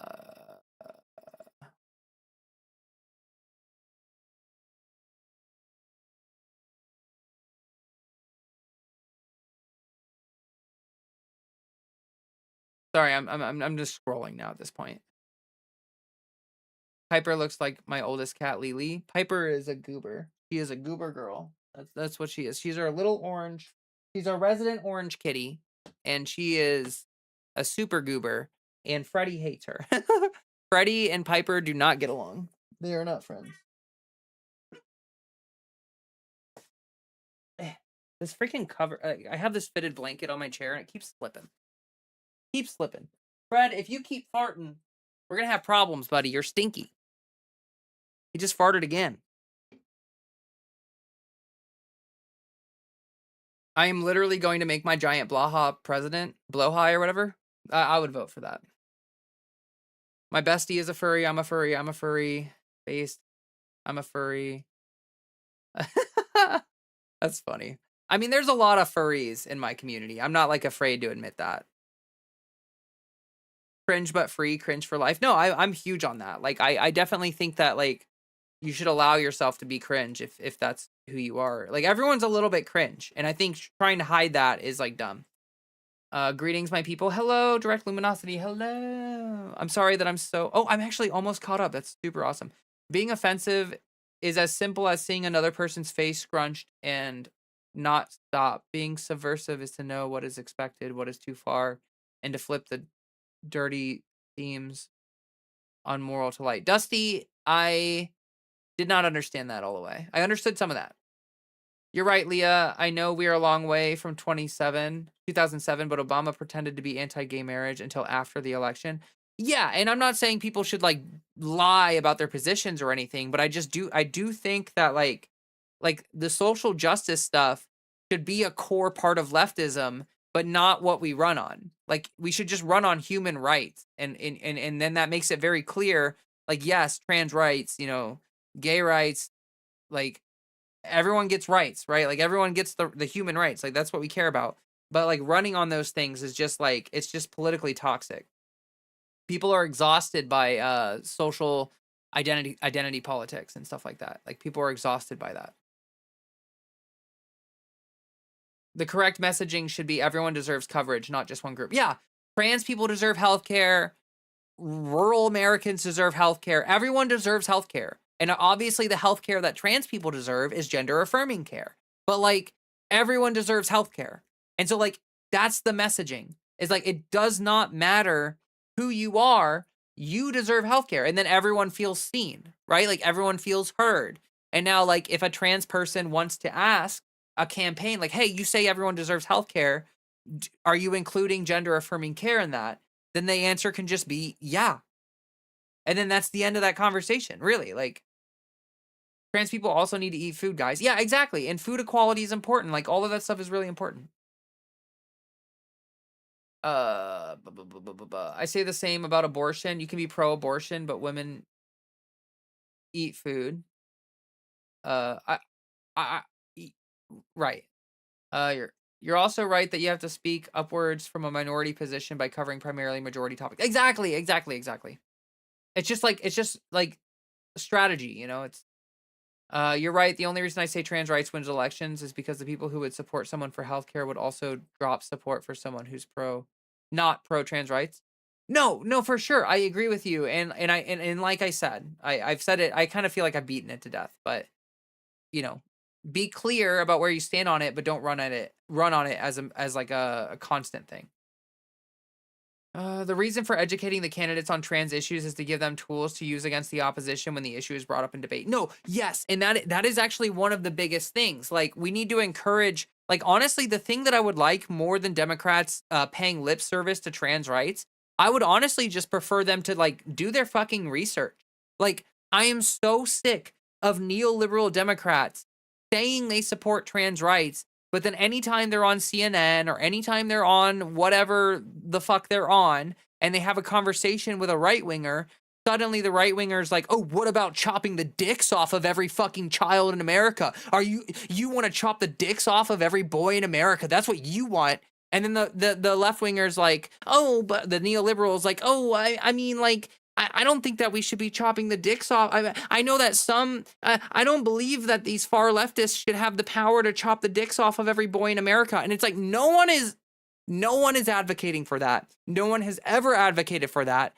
Bottom surgery does not happen for like even before it's illegal. We were not doing bottom surgery on minors. Like this shit is not real. Like they make up all these fake fucking issues when it comes to trans rights to try to like shoehorn in their bigotry, and then neoliberal Democrats don't know jack shit about it, and so they just capitulate because they just assume that they're like right or something. It's so fucking dumb, dude. It's so fucking dumb. Like circumcision exists, they are projecting. No, that's exactly right. And like that's what I mean is that like we need to educate Democrats on this so that when the Republican says something stupid like that, like, oh, you're gonna chop the dick off of every boy in America, then your response should be no.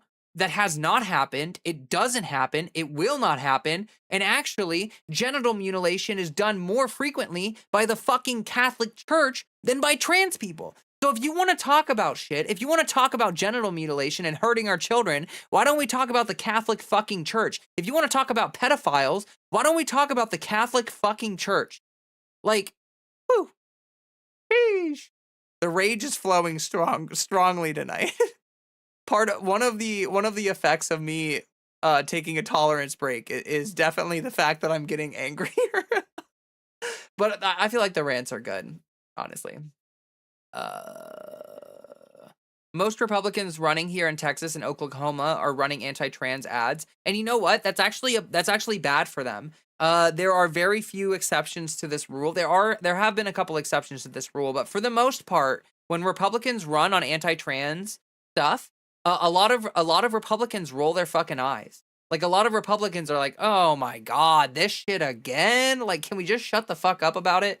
And like I know that sounds hyperbolic, but like the only Republicans that want to hear about anti-trans stuff are the like far right evangelical like extremist alt-right people. Like those are the only people that want to hear this anti-trans shit. Most Republicans don't want to hear about it at all. Like they just don't care. They don't want to know about it. They don't want to think about it. They don't want to hear about it.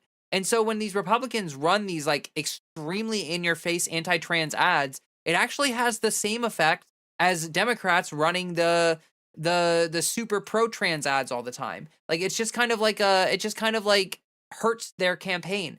So honestly, if Republicans want to keep running these cringe ass campaigns against trans people, first of all, it builds awareness of trans people, even though it creates like misinformation and stuff like that. It does actually like increase people's awareness of trans people, which could be argued that it might be like eventually kind of a net benefit. Like Republicans would love it. Like Republicans want to go back to the era like pre-Stonewall, where if you were a trans person, you had to be stealth about it, right? So back in the day, if you were trans and you were not stealth, you would get hate crimed or you'd be homeless or you'd be like basically forced out of society. And so the only way to exist and not die as a trans person back in the day was to be stealth. And Republicans want to go back to that era because they don't want to, they just want us to like cease to exist. They just want society to cease acknowledging trans people. They want trans people to cease acknowledging the fact that they're trans. They just want us all to go back into the closet or just go stealth or do whatever and fuck off. But the thing is that by focusing all this energy on anti-trans ads and by focusing all of this time and campaigning and all this shit, they are literally squirting the toothpaste, the trans toothpaste, out of the tube. They are squirting it all over the place and it's not going anywhere. Like you can't get that shit back in the tube. It's out.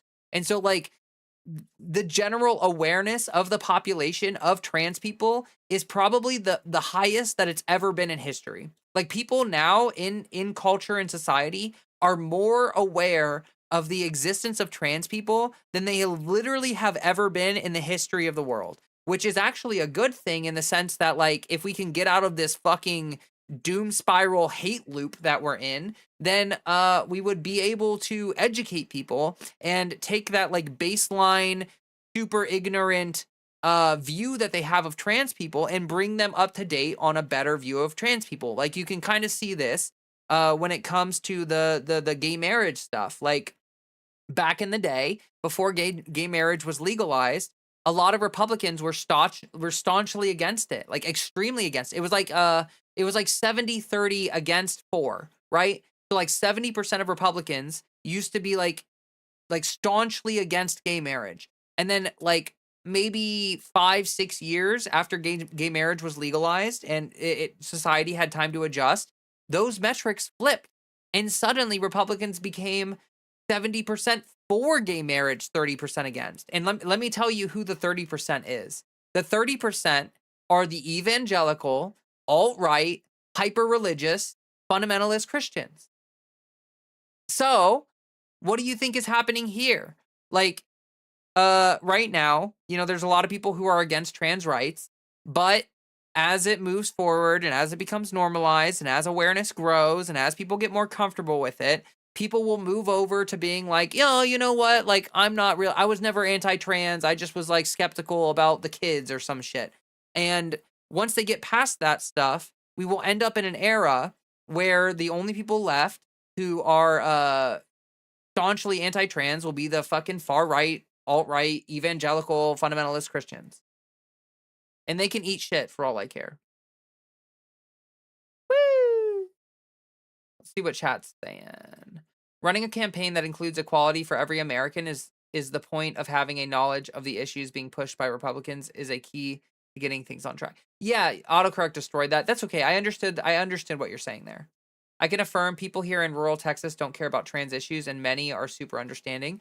Yeah, I live in Ohio and I live in a deep red Trump district. Like I literally live in Trump County. Like like 2 years ago, there were Trump flags all the fuck over the place. Like literally all over the place. Every street corner had a huge Trump flag on it, and like no Kamala signs, no Biden signs were anywhere to be seen. I live in deep red Trump district, and I have never even had anyone like be like shitty towards me in public. Like literally, I have met people who are voted for Trump and are extremely nice to me and very understanding and like kind of curious but a little scared to learn about trans people. Like it's like honestly, the internet is a poison pill. Like if you're on the internet, you should kind of check yourself because that's not how people are in real life. Everyone uses trans people to get into office and do nothing right and left. I just want someone to say something nice about me. No, I get that. And like I said, like Mom Donnie made like a whole video that was very touching. Like I cried when I watched Mom Donnie's video on trans rights because it was very touching. It was very genuine. And like it was clear that he has respect for our community. And like, that meant a lot to me. Republicans are 80% pro LGBT and libertarians, so no one wants to hear that shit. They are hateful, but they don't care ultimately. Exactly. I like as a YouTuber, the most common comment that I get from right-wingers is, "Hey, I don't give a fuck about trans people. But just like leave me out of it."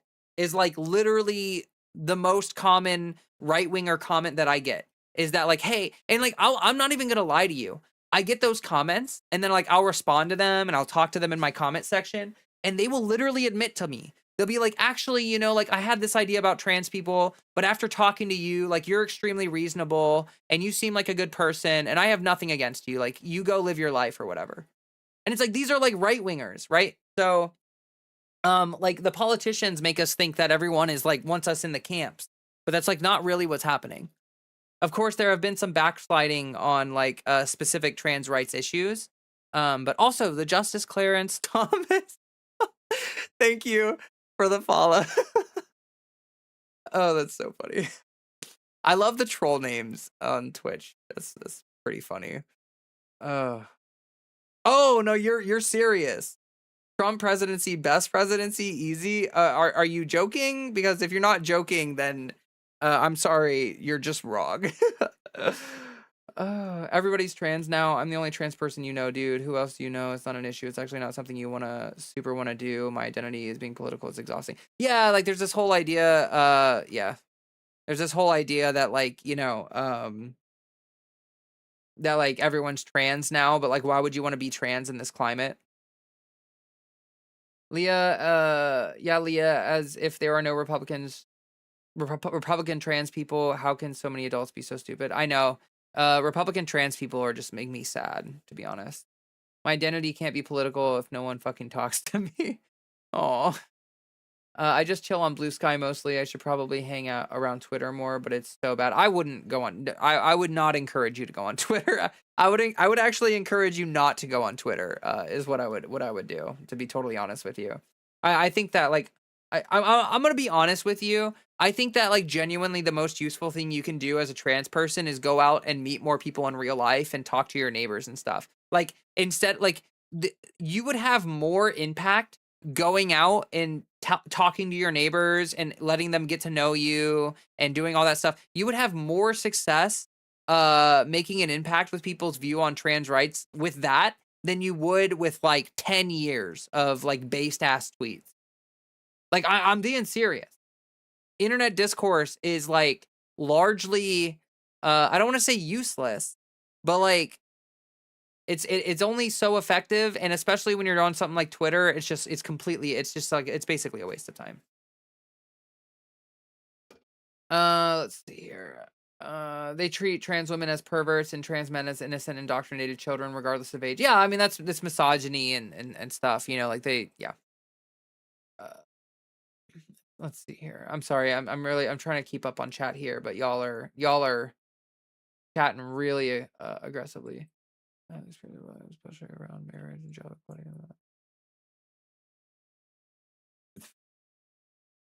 Oh, I haven't had that experience with Republicans, especially around marriage and job equality to LGBTQ and people of color. I have found it's a mask and they vote against us no matter what they say. No, for sure. I mean, like the Republican Party is insanely toxic and it like, by voting for the Republican Party, they're voting against our interests, but also voting against their own interests. But like, I'm just gonna be honest with you, Republicans are just stupid. I'm sorry, I hate to say it. I hate for it to be true, but genuinely speaking, if you are a Republican, it's because you're not well educated on politics. It's because you're reactionary. If you're like a left winger, it's because you're educated on politics and because you're not a reactionary. Like that is a true dichotomy. And so like I'm not kidding. The more educated you are, the more left leaning you are. That's why colleges are full of left leaning people, because the more educated you are, the more you realize that Republicans are just really fucking stupid and like reactionary. Let's see here. Everyone I know knows at least one trans person besides me. Oh, interesting. Touch grass, they say. True. Oh, and in the rural red parts of Colorado, like Lauren Bobart read, and most people are nothing but lovely to me. Exactly. How can they not like you, Leah? Aw, that's so nice. Well, thank you. The only transphobia I've experienced in real life is from my cousin's ex-husband, who is 46 and has the emotional regulation and maturity of an edgy 13-year-old boy who is mad at the world. Exactly, and that's what I'm talking about. I've gotten that too. Happy Pride Month. Oh, happy Pride Month all the way, by the way, for everybody. I hope everyone's having a good Pride. I'm having a fantastic Pride Month. It's just been so lovely. I went to this event last weekend and it was amazing. I had such a good time. Everyone was so lovely. It's been a great month for me. Member of my family were against me transitioning for moral reasons, but are more neutral about it now. Some are now accepting. Well, yeah, I mean that there's nuance there with that. The ones who support him are idiots. I wish Happy Trump Sucks Month to be a thing. Hi there, Francisco. Welcome. Families the most transphobic people. Leave your families. Yeah, no, I actually I feel like most people that have transphobic interactions with people, it usually comes from family. The people who are in your family are the most hateful to you in general. That's true. That's true. Woo! Not all families are transphobic. No, I don't think most families are transphobic, but what we're saying is that like if someone is going to be hateful for you or hateful to you for transitioning, it's gonna be someone who's like basically your family member. They're close enough to you that they feel like they're able to voice their hateful opinions about stuff, and like they're okay with being a little bit reactionary towards you because they think it's like it's okay. Uh, oh my god. Oh my god. Okay, Justice Clarence Thomas, uh, you're being a fucking idiot.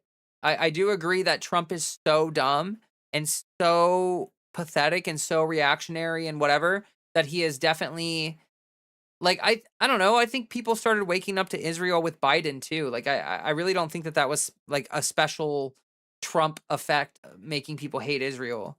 Like I think Israel kind of made everyone hate them on their own. Like I don't think really Trump had anything to do with that. Um I don't know. I can't tell if you're trolling or not. I just don't have the energy to deal with someone like you. Like you can hang out or whatever, but Twitter is not a transgender friendly platform. It's only useful if you have a legacy chat room and algorithm that steers you away from the right wing haters and propaganda. Well, there's no avoiding the right wing propaganda or algorithm on Twitter. There's just no avoiding it. It's going to follow you the whole way. Clarence Thomas in chat. OMG, no way. I'm a huge hater of your work. Yeah, like I think it's like a troll name. Like I think that they're like they're you know there's a lot of people like that on Twitter who, or not Twitter, Jesus Christ, on Twitch. Did I say Twitter earlier? Maybe I did. Did I replace Twitter with Twitch in my head? Did I like did I cross those wires? Maybe I did. I don't really know. But anyway, on Twitch there's a person whose username is the Justice Clarence Thomas. And I get people like that sometimes. Like they'll have like Lauren Bobbert or something as their name. And it's like, yep. Just a funny username. Elaney, thank you for the follow on Twitch. Thank you. I really appreciate that. That's awesome. We're getting close to 170 followers, which is pretty huge. Pretty huge, not gonna lie. Love to see it. Thank you. All right. So oh my god, it's almost 2 hours in. I need to record a video for this weekend. So I feel like I have talked a metric fuck ton of politics. Are you all okay with me talking about transition stuff for a minute? Like the video topic that I want to talk about is definitely transition related. It's not really about politics at all. Although being trans is political, so you know, you can kind of do that or whatever. But is that okay with everybody? How do you say that? Olaf, is that right? Good morning. I'll be honest, Twitter is somehow worse than Meta. True. And honestly, like I think a lot of social media platforms are the plague nowadays. I definitely think that it's pretty it's a lot of social media is pretty fucked right now. It's like Olaf or do you mean Olaf? Is it Olaf or Olaf? I'm sorry. I know that should have clarified it for me, but what's up, fellow Yahtzees? Only because we exist in America. Yeah. Gotta love shit America. Ultimate cringe must be being alone in a room with Clarence Thomas. However you pronounce it is fine.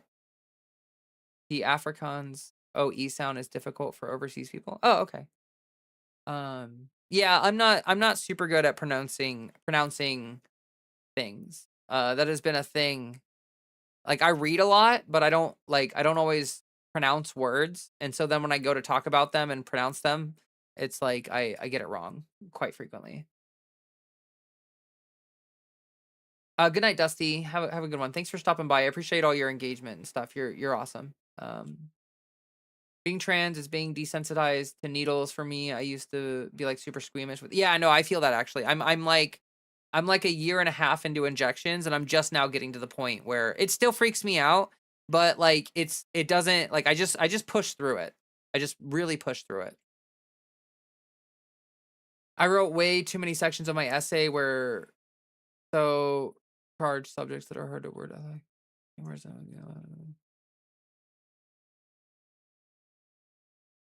Uh, okay, I'm gonna start the video. It doesn't even hurt. It's wild. Oh, I definitely feel like injections hurt. Like I very frequently feel pain from my injections, but I just I just push through it. Just push through it. Okay, we're gonna do the video.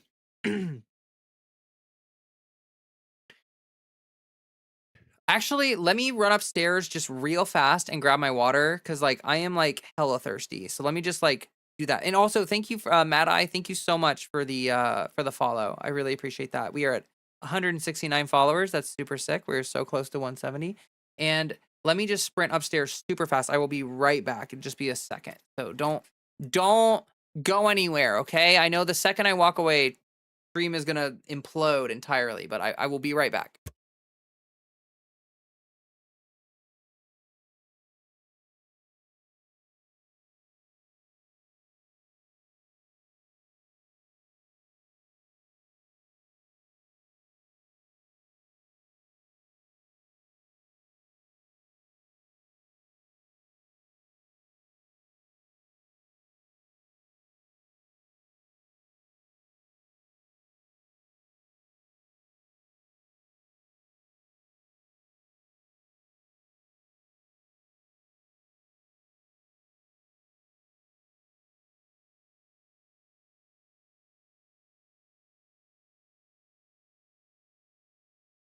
Okay.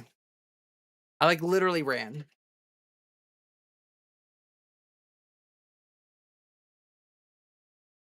Oh my gosh. Water is so good. I love water so much. Holy shit. Oh fuck. God, I love water. I'm just following for the future. I'm cis adjacent. I can't really say anything on transitioning, but I'd love to be here for politics and stuff in the future. Also, because you seem really cool. Oh well, thank you. I really appreciate that. That's oh, I forgot to take away the BRB. But thank you. That's really kind. I very much appreciate that. Try to have, you know, good conversations here. Try to have good vibes. I try to be try to be worth watching, you know, and try to bring a good experience for everybody. All right, here comes the video. Let's oh, let me pull up my notes again. I'm sorry. Why am I apologizing? I don't know.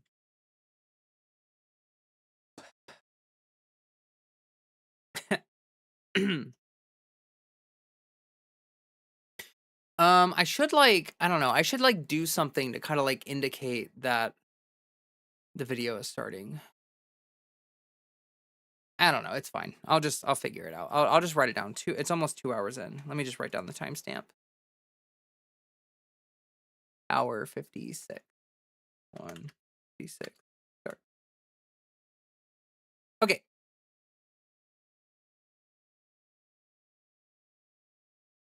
Why, hello there, and welcome to this video. Today, we are going to be talking about whether or not I regret the way that I transitioned. So, now that I have brought you here with probably the clickbaity title that I put on this video, I just want to make it very clear, I do not regret transitioning. That's not what this video is about, but it is about the specific way that I transitioned and whether or not I have certain feelings about that. And so we're going to talk about it. Like, you know, I'm all about nuance and having these kind of conversations, even if they're a little bit hard to have. So this is going to be a little bit of a vulnerability video because I've been having a lot of thoughts about my transition. I am nearing 3 years of transition. In 3 months, I will be 3 years into transition. So, you know, over 2.5 years at this point. And at this point, I have been thinking about how it all went down and how it all transpired and the goods and the bads and the ups and the downs and all that wonderful stuff. And so today I just want to kind of go over my thought processes and the things that I've been thinking about and kind of like tell the story of how I transitioned because I think it's interesting to hear from people about this kind of stuff, especially if you're considering transitioning yourself. It's really useful to hear how the experience goes for other people because there are so many different kinds of transitions and so many different unique personal experiences. And the more experiences that you're able to hear from, I feel like the more you're able to make an educated, informed decision about what you want to do with your own life and for your own benefit or whatever. So, basically, I just want to start off by talking about the story of my transition. And so I will try not to make this super long winded, but I want to give you the full detail of like how it started to where I am right now. So basically, I grew up in Ohio, right? I grew up in Dayton, Ohio. That's the hometown that I grew up in. And I lived there for most of my life. So, you know, I was like probably about 25 or 26. I met a partner, and throughout my life, I had had a lot of women partners in my adult life, very many. I was kind of a little bit of a little bit of someone who had a lot of relationships, and maybe I slept around a little bit in college and stuff like that. I kind of confused gender envy and attraction. So for a long time, I lived vicariously through my partners because I hated myself, and I just wanted my female partners or my woman partners to be happy. And so I was just very self-sacrificial. I just did not give a fuck about myself or my own personal well-being or anything like that. I think I dropped the F bomb way too early in the video, so I'm going to like cut out part of it so that the algorithm doesn't get mad at me or the monetization system doesn't get mad at me or whatever. But anyway, that's pertinent and important because when I was about 25 or 26 or no, actually it was before that. It was after that actually. I must have been 27 or so. I moved out of my hometown. So I met someone online, we started dating, and they wanted me to move in with them, and they lived in a city, like, not in my hometown, and so I decided, like, "Screw it, I'm just going to move to a new city, leave my hometown, and start life with this person kind of all over again." And at the time, again, I was being really self-sacrificial. I didn't really know what that was going to mean for me. I didn't really care. I was in a very depressed state of mind at this point in my life. Like in my 20s, life started getting harder and harder, and the depression started hitting harder and harder. The self-hatred got worse. The dysphoria got worse. Everything got worse. And it was really tough to deal with. And so I was sort of like trying to escape all of it in this relationship that I was getting myself into. Started dating this person, moved to a new city, like maybe 6 months or so, in 7 months, 8 months into the relationship. I'm really bad at like time frames, so I apologize if it's not like the most accurate ever or whatever. But at a certain point in the relationship, we decided to kind of move things forward and take things to the next level. And we like got a house together and we like did this stuff. I don't make a lot of money, but my now roommate, spoiler alert, my ex-partner, we live together, and we were able to get a house together because she has a fantastic job. And so we did that, we did all that stuff, and then pretty much like right after we got everything solidified, I realized that I was trans. So we settled in, doing all this stuff together, and then I was doing research. Actually, I have a friend, my best friend, in the whole wide world. He started transitioning a year and a half before me. And so I was doing all this research on trans issues and trans rights and all this stuff because I just wanted to be a good friend. Like, I just wanted to support her and make sure that I had the appropriate information to be an ally to her and be supportive. And as I was doing this research, I kind of realized a lot of it was hitting hard for me. Like, a lot of it was like hitting really, really at the core of my being. And I was like, oh, that's kind of weird. Like, I don't understand why I'm relating so much to like ContraPoints and all these other people. Like, I don't understand why I'm having such a relatable experience to all these trans women. Like, that's kind of weird. And the more I looked into it, the more I realized, like, okay, there's probably something not very cis about me. And it kind of like I took a weird path to transition because I actually like I still don't think I'm a binary trans woman. Like, I don't identify as a binary trans woman. I identify as a non-binary trans woman. I know that's like weird for people, and there's probably people who are gonna get mad at me or think I'm stupid or whatever. But to me, what it means is that I identify as a woman, but I also identify as like on the a gender spectrum. So like, although I feel like I'm a woman, I don't really think about gender very much, like very overtly. And a lot of the way my brain works, I just don't think about gender like in the forefront of my mind all the time. It's like a very back end kind of thing that I'm thinking about.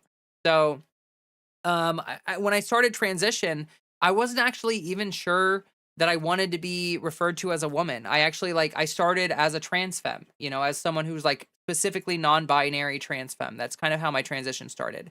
And I decided to get on HRT because I actually watched a video from a very specific YouTuber um, who essentially voiced the opinion like, hey, if you're non-binary, your body, your choice. Like, HRT is essentially body modification. And yeah, like, there are binary trans people who are getting HRT because they're binary trans people, but non-binary people deserve to have access to transition care just as much as binary trans people. And you don't need to be a binary trans person to like get access to that care. Now, do you sometimes have to lie to get access to that care? Yes. Is that really unfortunate? Yes. That is a holdover from the days where the only people who were able to access gender affirming care were people who were binary trans people. And it's really unfortunate, but it's just the way things are, right?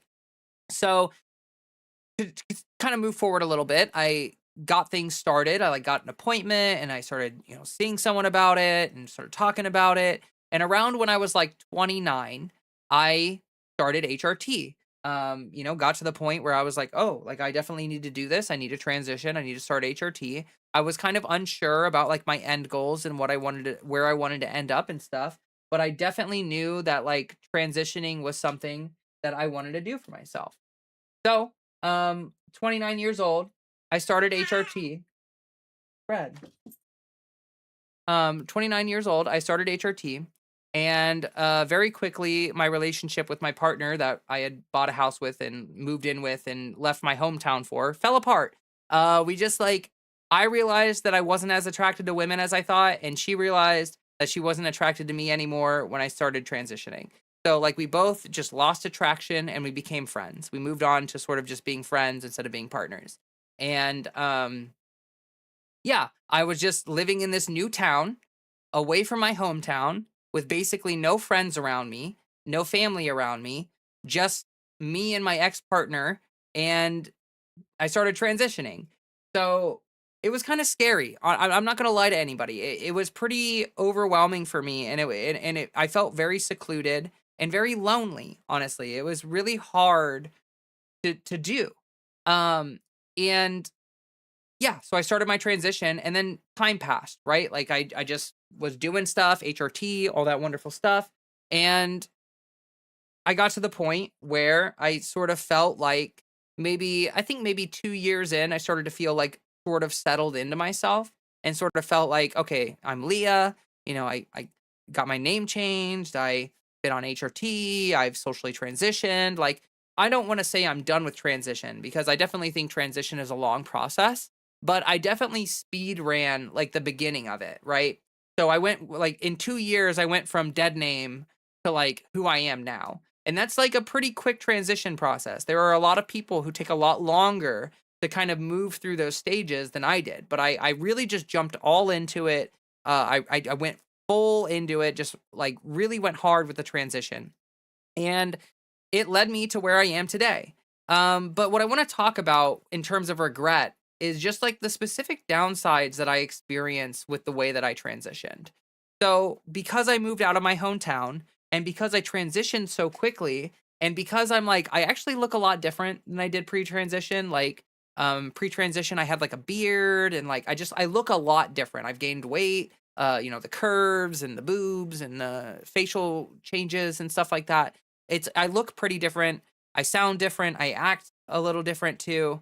And all of this has made it so that I'm like kind of removed from my past self in a really weird way. Like a lot of people when they transition, they stay in the same town that they're living in.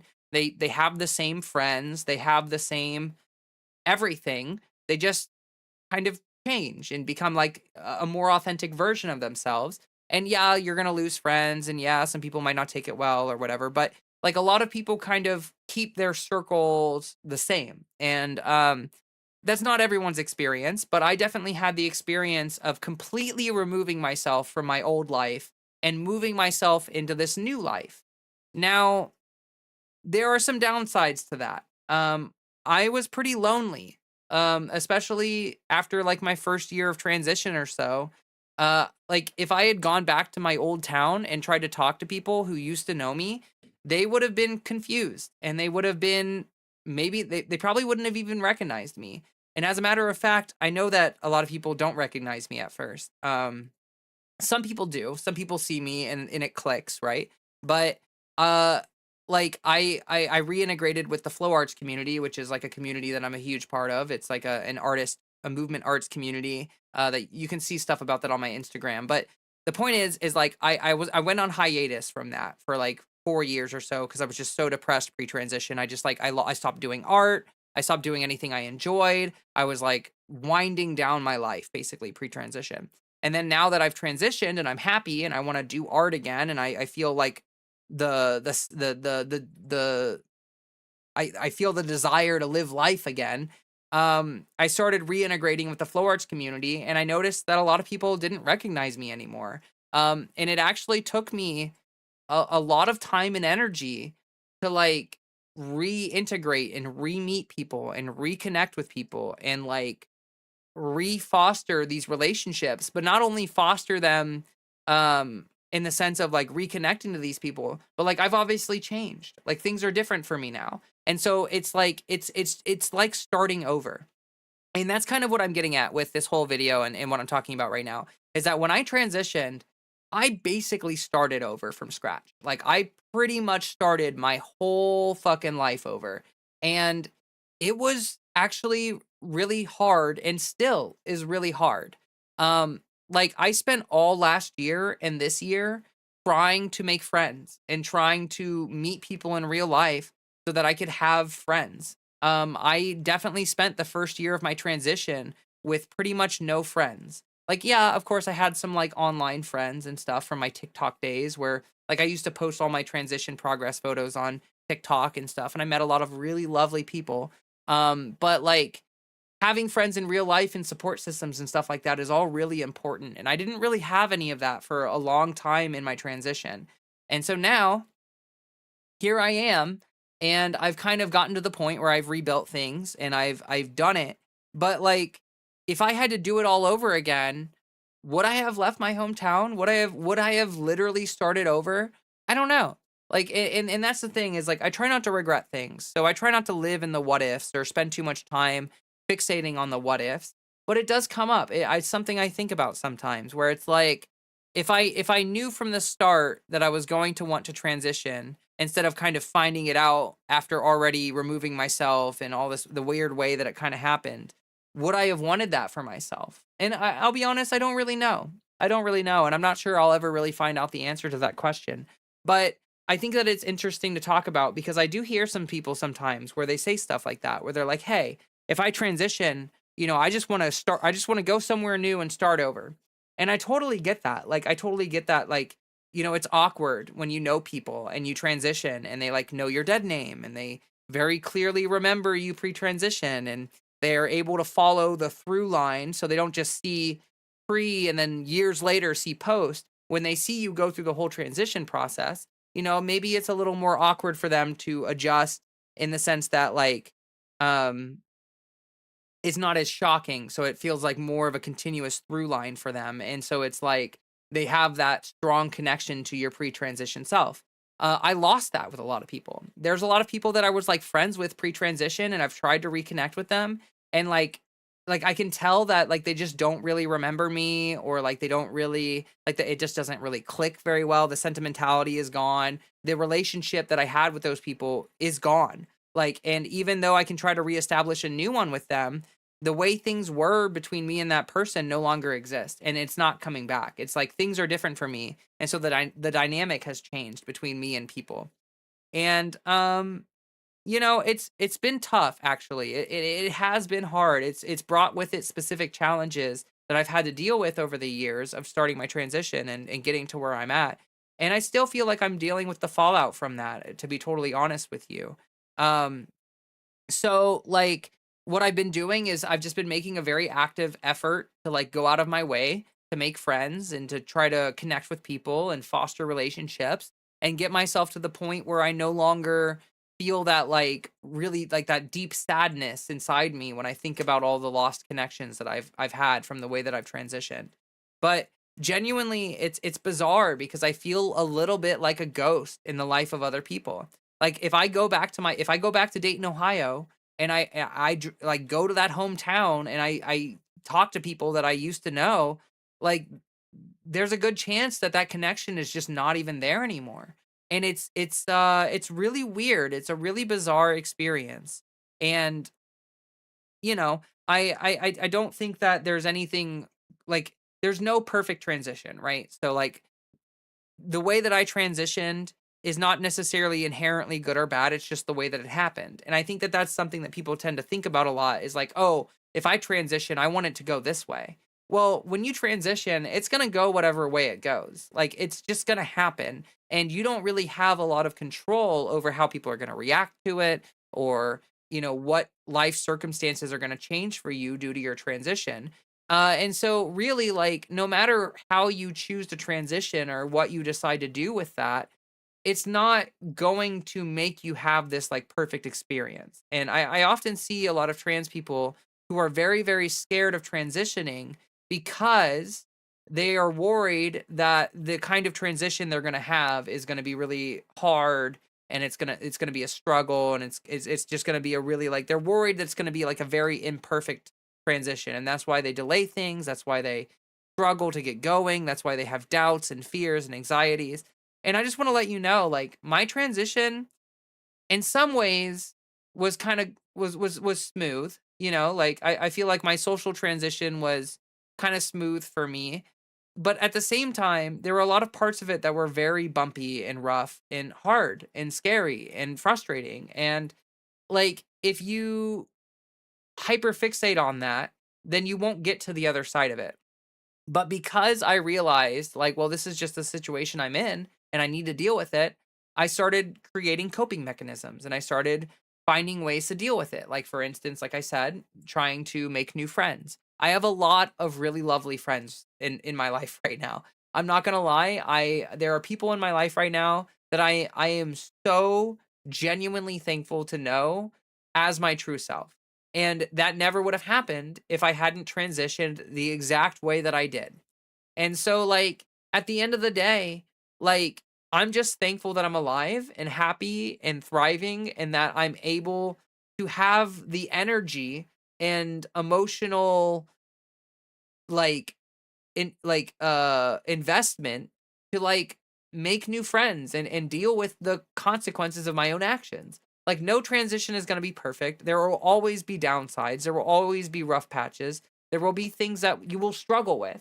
But hopefully, when you transition, it'll give you, like, an inner strength that you didn't have before. Because when you're, like, wallowed up and overwhelmed with self-hatred, it's really hard to make life better. It's hard to work through the downsides. It's hard to deal with the stresses and the anxieties and all that stuff.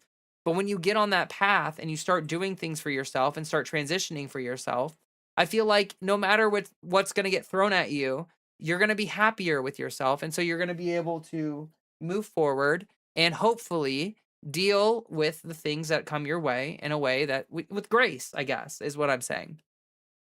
So looking forward, I'm kind of in the mindset of like I made a like I've been talking about it with people, right? Like this is something that I've talked about a lot recently with people because I've been really in my feels about it. Like I've been thinking about it like, oh, I used to be so good friends with this one person and now like it feels like they barely know me. And it's just like a really weird experience to have. And I used to be really sad about it.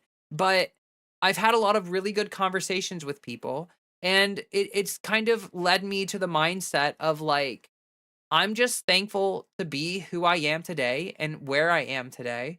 And honestly, like it's not worth me holding on to these past relationships and these past memories because like I was a past version of myself in those relationships.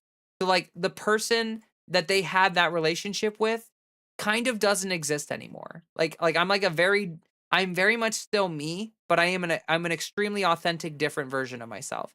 And so like that past version of me doesn't exist anymore. And you know what? The same thing for other people. Like as trans people, we tend to think about the changes we go through, but other people change too. And I'm not going to lie to you, a lot of the people that I like remember having these relationships with back in the day, they're different. They're different people. They've also changed. And the person that I'm reminiscing about, the memories that I'm reminiscing about, are all related to this like past version of this person. So, kind of what like the resolution that I've made with myself is that I want to live in the present with people. I want to meet people where they are now. And maybe we did have a past relationship. Maybe we were really good friends before. Maybe we had all sorts of amazing conversations that they can't really recall because my face looks different. But I'll be honest, I'm happy to start over with that person because I want to know who they are today. I want to have a relationship with who they are today. I don't want to have a relationship with who they were 5 years ago, 6 years ago. I want to be able to live in the present moment with them and foster something better. And so that's kind of where I'm at with it. Like and so I guess what I'm trying to say here is, do I regret the way that I transitioned? I kind of did for a minute, actually. Like there was a period of time where I sort of felt like, damn, like if only I had just done this a little bit differently. But there's no changing that. Like it is the way that it is, and I'm thankful to be where I am today. And so no, I don't regret it. And actually, I choose not to regret it. Like I choose to move forward into my life and try I just want to live a life, a beautiful life as myself. Like I just want to spend the next 30, 40 years, however much time I have left, just being my authentic self and loving the people who love me as my authentic self. And it's really just that simple.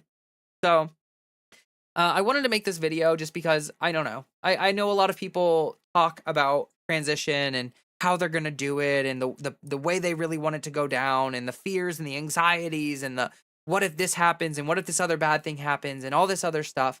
But it's like if you're trans, transitioning will be the best decision that you will make in your life. You will not regret it.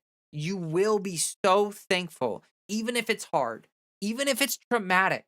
And let me be clear about this. I've said this in one of my previous videos recently. Transition can be traumatic. Like going through such a dramatic shift in your life can leave you with some very, very real traumas. And like it's important to talk to people through that. Like get a counselor, have a really good support network. Try to work through these things, journal, do whatever you can to try to cope and move forward into life, to try to help yourself process and deal with these emotions and the things that you're going through. But don't let yourself get stuck in these worries. Don't let yourself get stuck in the anxiety. Don't let yourself get stuck in a feeling of regret, because you don't have to regret how things go down. You just have to move forward with life and try to live your best life.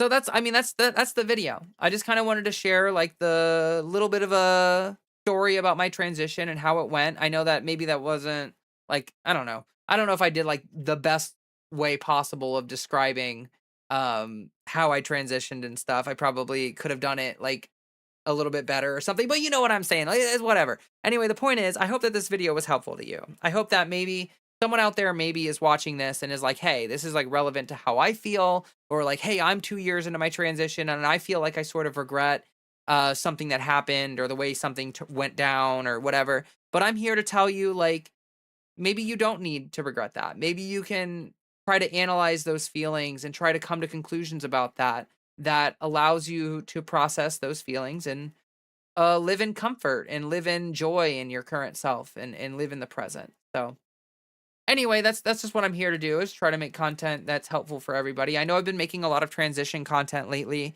That's just because like news and politics is a fucking cesspool, and like I'm not gonna lie, it's just tough to talk about. And also, there's like not. It feels like it's hard to know what to say with how up in the air a lot of things are. But I really do love making this transition content. I really hope that people benefit from it and that other people are um, hearing these words and it's having an impact. So anyway, trying to make this as short of a video as possible, so I'm probably gonna leave it here now. Stream will continue for a few minutes here, so if you're watching the stream, don't leave. Just so you all know, I record my videos live on stream, so if you wanna be a part of the recording process, if you wanna be in chat over here, then you would definitely want to subscribe to me and keep your eye out for streams. I stream on Twitch, I stream on YouTube. And you can watch whatever platform works for you. So, you know, whatever's clever, just that's great. I would love to see you here. Would love to have you in my streams. I have a wonderful streaming community. I love my chat. I love people that hang out and chat with me. A bunch of lovely people. The vibes are immaculate, and I would love to see you there. Um, so now I am going to shout out my Patreon supporters. I am here full time on YouTube, but I am slowly losing money because I'm not making a lot of money. So if you want to support me, if you enjoy my content and you want to keep me around, then I would really, really appreciate your support. Like, growing this channel is incredibly important to me. I would love to keep doing this for years to come. It would mean the world to me. Anyone who's already a Patreon member, thank you so much. Your support means the world to me. There is going to be a list of people popping up, Patreon people. These are my normal Patreon subscribers, and they're just as important as everyone else, right? Like, every little brick is needed to build a house. And it doesn't matter if you're load bearing or not. It's important. So thank you to everyone who contributes to my channel. But now I want to shout out my super supporters. So my super supporters are my top tier supporters. They are the ones who give the most to my channel and contribute the most. And like, genuinely from the bottom of my heart, thank you so much for everything that you all do. It means the world to me. I could not be here without you. And it warms my heart when I open up my Patreon and I see the people that are willing to give me a couple bucks a month, or even maybe $8 a month, to like help me keep making this content and keep being here for all of you. So let's just do the super supporter shout out. Also, we have a new super supporter. Like, thank you so freaking much. I've definitely seen you in chat, Glitchmaster. Thank you so much. That means a lot to me. I really appreciate that for becoming a new super supporter. So yeah, we have Glitchmaster, Daniel Malloy, Art, Katie Starr, William the Concurrer, Mark Yablonsky, Gwen Vaughn, John Crane, Andrea Uhara, Kira, Sophie's Left Florida, Ultraviolet Vadu, Cassidy, Kate, Fiona Dobson, Cal Fiore, Trisha Pizafrad, Katie Bug, Melanie Scouten, Sarah J. Buck, Nikki Notzel, and Sam Howard. You're all incredible. Genuinely, bottom of my heart. Thank you so much. I am really thankful for the YouTube community, the Twitch community, the Discord community. I'm thankful for my whole community. You're all lovely and wonderful, and you make doing this like a genuine treat. So from the bottom of my heart, thank you to everybody who does whatever they can to help support me. If you can't support me monetarily, just like sharing my videos with your friends or talking about me to your friends or whoever else, just like word of mouth is really helpful. And like if we can grow my channel and I can make more ad revenue, then I won't need as many Patreon supporters because, I won't be as reliant on it. Now, ad revenue's up and down, so I will always need Patreon supporters to kind of give me a little bit of a baseline consistent income. But, you know, every little bit helps. So if you like the video, if you share it with your friends, you hit that bell icon, you comment down below something to kind of feed the algorithm, all of that will help me and will bring this video to more people. Love and appreciate all of you. Hope you're having an amazing Pride Month. I am having a fantastic Pride Month, and I know that we are living in like the dark ages right now, but that doesn't mean that we're not allowed to go out and celebrate our pride with our queerness and our transness and our whateverness. And I just am so happy to see people out there trying to find joy in these dark times. That's all we can do. Just keep in mind that joy is resistance and that we cannot be forced back into the closet. We can't be allowed to be forced out of society. We just have to keep living proudly and loudly. And yeah.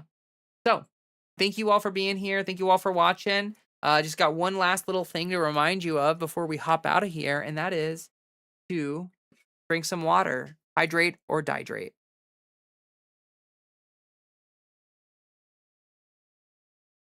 Oh my God, I love water. Woo! Cool. That was the video, folks. Was it also health? Hello, welcome. I saw you pop in there. Hello, hello. It's always great to see you. It's okay that you're late. Let's see here. Yeah, it's not fun. Old best friend who kept calling me the F slur in a joking dude way, and I crashed out 2 weeks before I came out. I don't know how this is gonna go, but I miss him. Oh, I'm really sorry to hear that. I had one of my closest friends in the whole world uh stopped being friends with me because I transitioned. And um wow, I'm like trying not to cry. Holy shit, that emotionally hit me really hard. It's tough. It's not easy when you're really close to someone and you transition and they no longer want to be in your life. It fucking sucks. It's really hard. But just know that like there will be people who will love you for your authentic self, and even if a couple people leave your life and no longer want to be connected with you, that doesn't mean that you're not a person worth knowing or a person worth being connected to. And everyone deserves love. Um, so it's just about, trying to cope with those things and trying to find the people who are the real ones who are not going to abandon you just because you want to be happy with your life. Um, oh, yeah, that was that kind of hit hard. Telling your story is smart and genuine AF. Trans fam needs us. Oh, thank you so much. I know he uses correct pronouns from mutual friends, so I don't expect it to be that much of an issue. I know he wants me to come back, but I've been too afraid to reopen that connection. I came out to him 3 years before actually transitioning. He knew for a while. Oh, okay. Well, I wish you luck with that. I hope that things improve there for you. But even if they don't, like I hope that you're just able to surround yourself with people that love you for who you are. Um, I can't wait to meet the people who don't care that I'm trans. Yeah, Marcy, I'm looking forward to you to have those relationships too.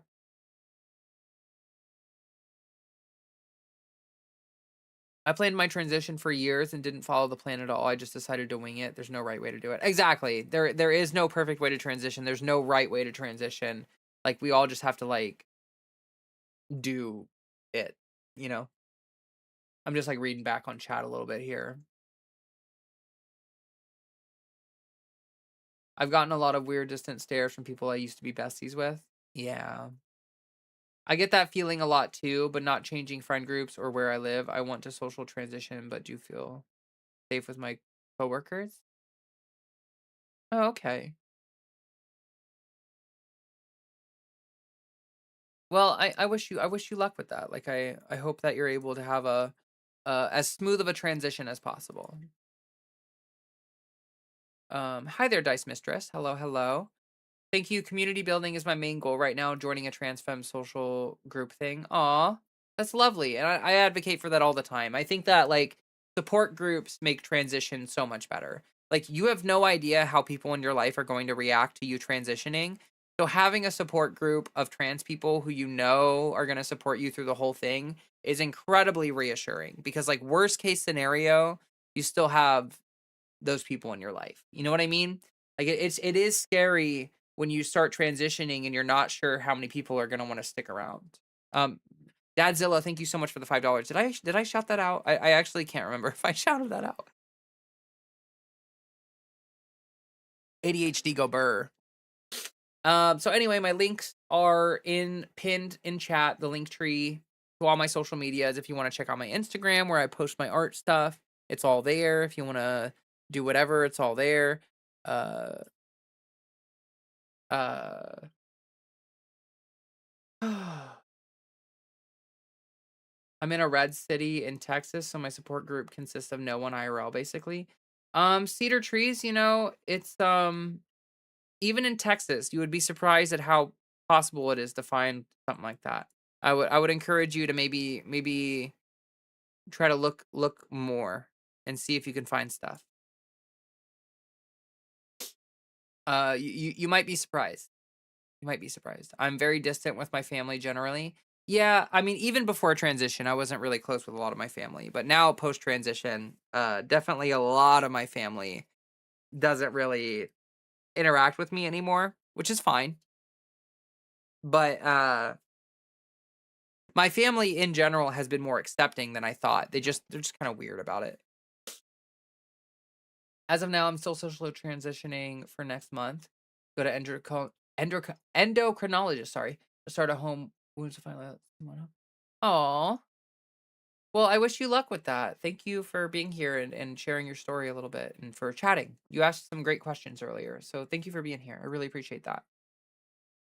I basically raw dogged it. Had been pulling out of all my friend groups for bus ticket reasons, but ended up taking the good route. So now I got to rebuild my connections. Oh, I see. I see. Well, um, I wish you luck with that. And, I know that online isn't like a perfect thing and online community can only do so much, but I do think having an online support like group or community group is better than nothing. So, I'm here for everyone and everyone, if you're watching and you're thinking I don't have a lot of friends, I don't have a lot of support, I don't have a community, like hello. We're here. And like I've got a Discord and stuff, and you're more than welcome to join that. It's in my link tree, and I'd love to see more people in there, and we've got some friendly folks in there, and yeah, that's what this community is for, trying to bring people together. So yes,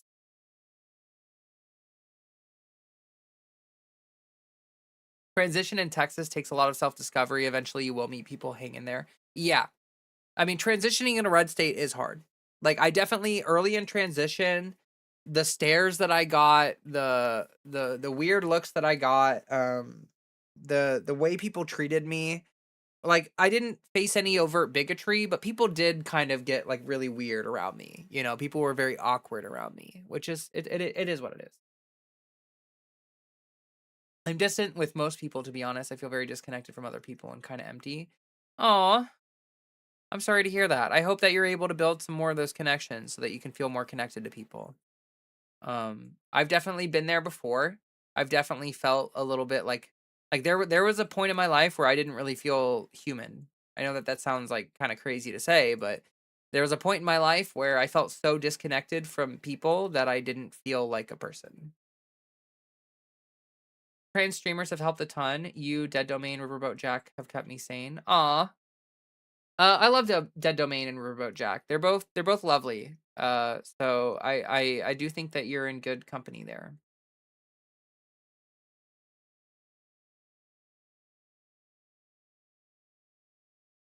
Oh, Jesus fucking Christ. Here we go. Nick Lahaj, The Dark Ages. Ha ha! Like, you've been aware of the world you live in since when? 2010, maybe? Later? Bitch. I listen to trans elders and queer elders and gay elders all the fucking time. I literally I talk about how to make it clear that you don't watch my content without saying you don't watch my content. You fucking condescending piece of shit. I tell people to listen to trans elders all the time. I talk about the fact that life used to be so much worse for us all the fucking time. Like, people get doomer about the way things are in the world for trans and queer people right now, and I constantly remind them that, like, back in the day shit was like way the fuck worse. And also, I literally earlier in this stream talked about the fact that people used to have to stealth to survive, and like you used to have to like force yourself into the closet and like hide all of your fucking queer relationships just to fucking survive so you didn't get hate crimed. Stop being this condescending piece of shit. Yeah, maybe instead of condescending to people who don't have the same lived experience as you can just fucking try to educate them about the things that you're aware of and the things that you know about, instead of being this like condescending, like, you don't even understand what suffering is. Fuck you. Go fuck yourself. And I meant every word of that. Oh. I definitely get the feeling like a facsimile of a person. Aw, that's really unfortunate. Well, um, I don't have a lot of specific advice for that. I think that often maybe taking a little bit of a spiritual journey can help you connect to some empathy for people, so that you can connect to humanity and realize that like you're just a person too.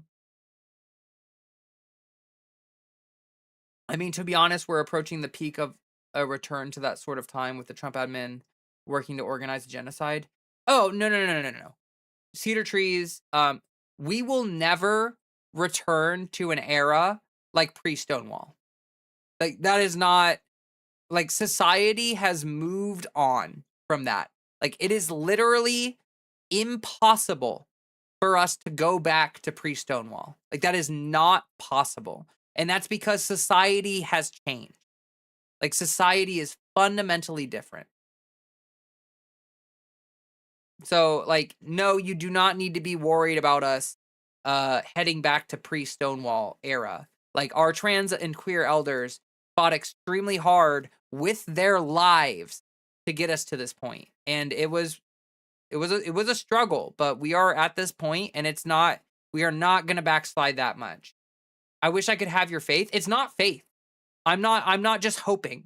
I am telling you the way things are. This is not false confidence. This is not hopium. This is not any of that bullshit. I am telling you it is fucking impossible for us to return to pre-Stonewall era.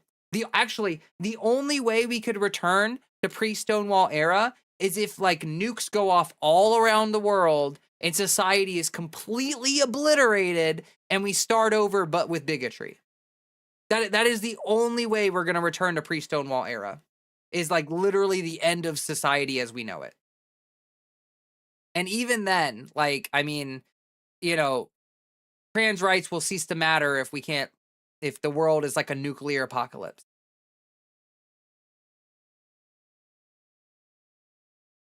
Whether you are transgender or not, you are always a person regardless of what people think. That's true. That's true. That's so true. So I hate to have to cut and run. But I do need to probably start wrapping up here soon. The moral arc of history bends toward justice is an observation, not faith. Yeah, it is true. And like, it's not linear too, right? Like, I know that like we see the backslide happening and it's very scary for all of us. And we kind of worry, like, is the backslide going to happen all the way back to pre Stonewall or whatever? But like, I'm here to tell you that like, progress is not linear. And what we are experiencing right now is a cultural backlash to the progress that has been made over the 15 or 20 years recently. And after this boomer backlash dies, progress will continue and we'll keep moving forward. So, um, like, this is just historical awareness. Like, if you are aware, like, honestly, cedar trees, I would like to ask you to maybe go listen to some trans elders. Like, go look up some trans elders online who, who speak about their experiences, and I think you will realize how things were back then, and that it's literally not possible. You have a lot more faith in humanity as some different in a different way. I'm not as confident. Well, like, Dadzilla, it's not about confidence. Like, let me put it this way. Everyone in my generation, by and large, is pro trans rights. That's not gonna change. Millennials are not gonna wake up one day and be like, actually, let's genocide all trans people. Like, it's literally not gonna happen. The cultural backlash that we are experiencing are from lead-brained, super idiotic boomers. I almost said some harsh words there that I probably shouldn't say. But like, the people that are leading the cultural backlash are, again, alt-right, hyper religious, fundamental Christians. And yeah, like they are not going to be leading the world in the future. uh yeah. Like, I'm not saying that things are gonna be only better. Like, I'm not saying that things are only going to get better, but I am saying that throughout the through the arc of history and into the future, things will tend towards the better. Like, we're going through an era of backsliding right now, but that's not gonna be forever. Boomer's last gasp. Exactly, and that's what Trump is. Trump is every worst instinct of every boomer, kind of coming to light because they're all dying and senile and shitting their pants. So, you know, like what we are experiencing is the collective diaper shitting of every boomer because they hate the concept of human rights. On the Stonewall topic, there was an interesting episode of Respect the Dead on Sylvia Rivera. Highly recommend. Ooh, that's really cool. I will have to check that out. Is that a podcast or something? Respect the Dead. Is that a podcast? That actually sounds really awesome. So I will check that out. Thank you for that shout out there. I am a meat popsicle. True. So true. So true. Okay. Anyway, um, yeah, I do probably need to get going here. It's almost midnight for me. We've been going for almost 3 hours. It's been a great stream. I really appreciate the stream tonight. I had a great time. I loved all the discussions we had. Chat was amazing. You're all amazing. I'm so happy and thankful to be here and have the community that I have.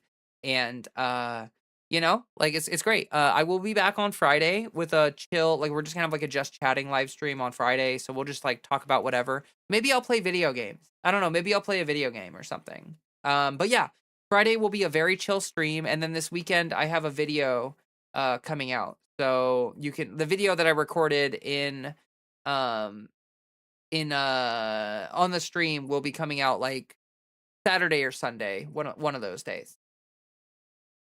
Respect the Dead is a YouTube podcast. Okay, I'm gonna look that up, Marcy. Thank you so much for that.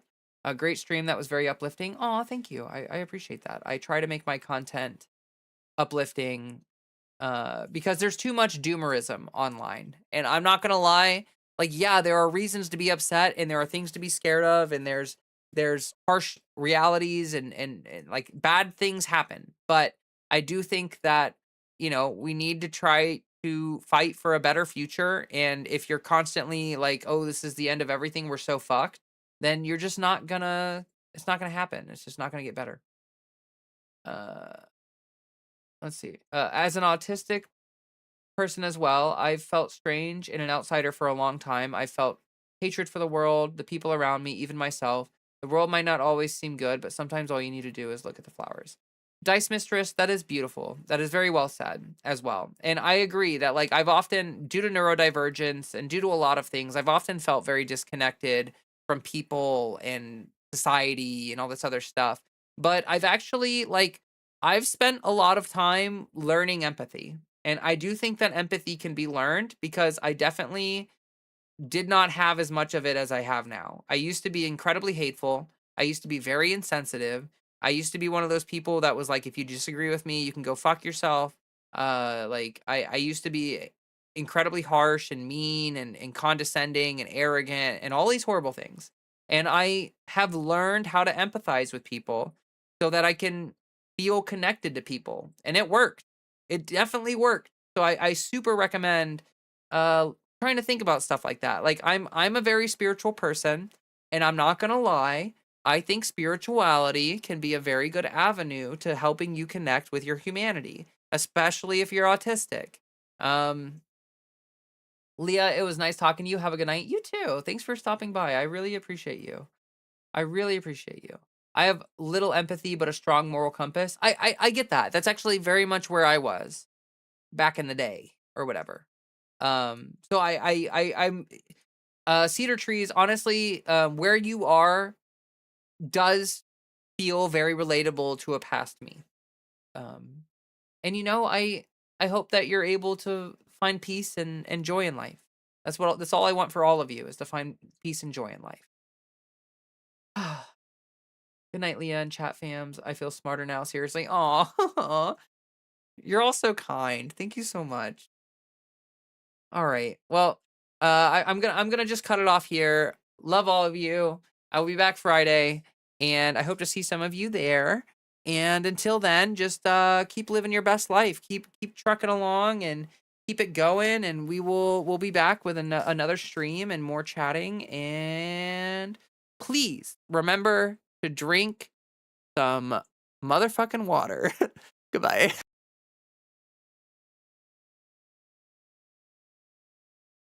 Nothing bad can happen. It can only good happen.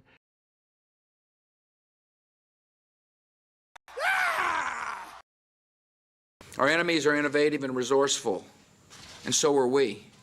They never stop thinking about new ways to harm our country and our people, and neither do we. The things I do for love.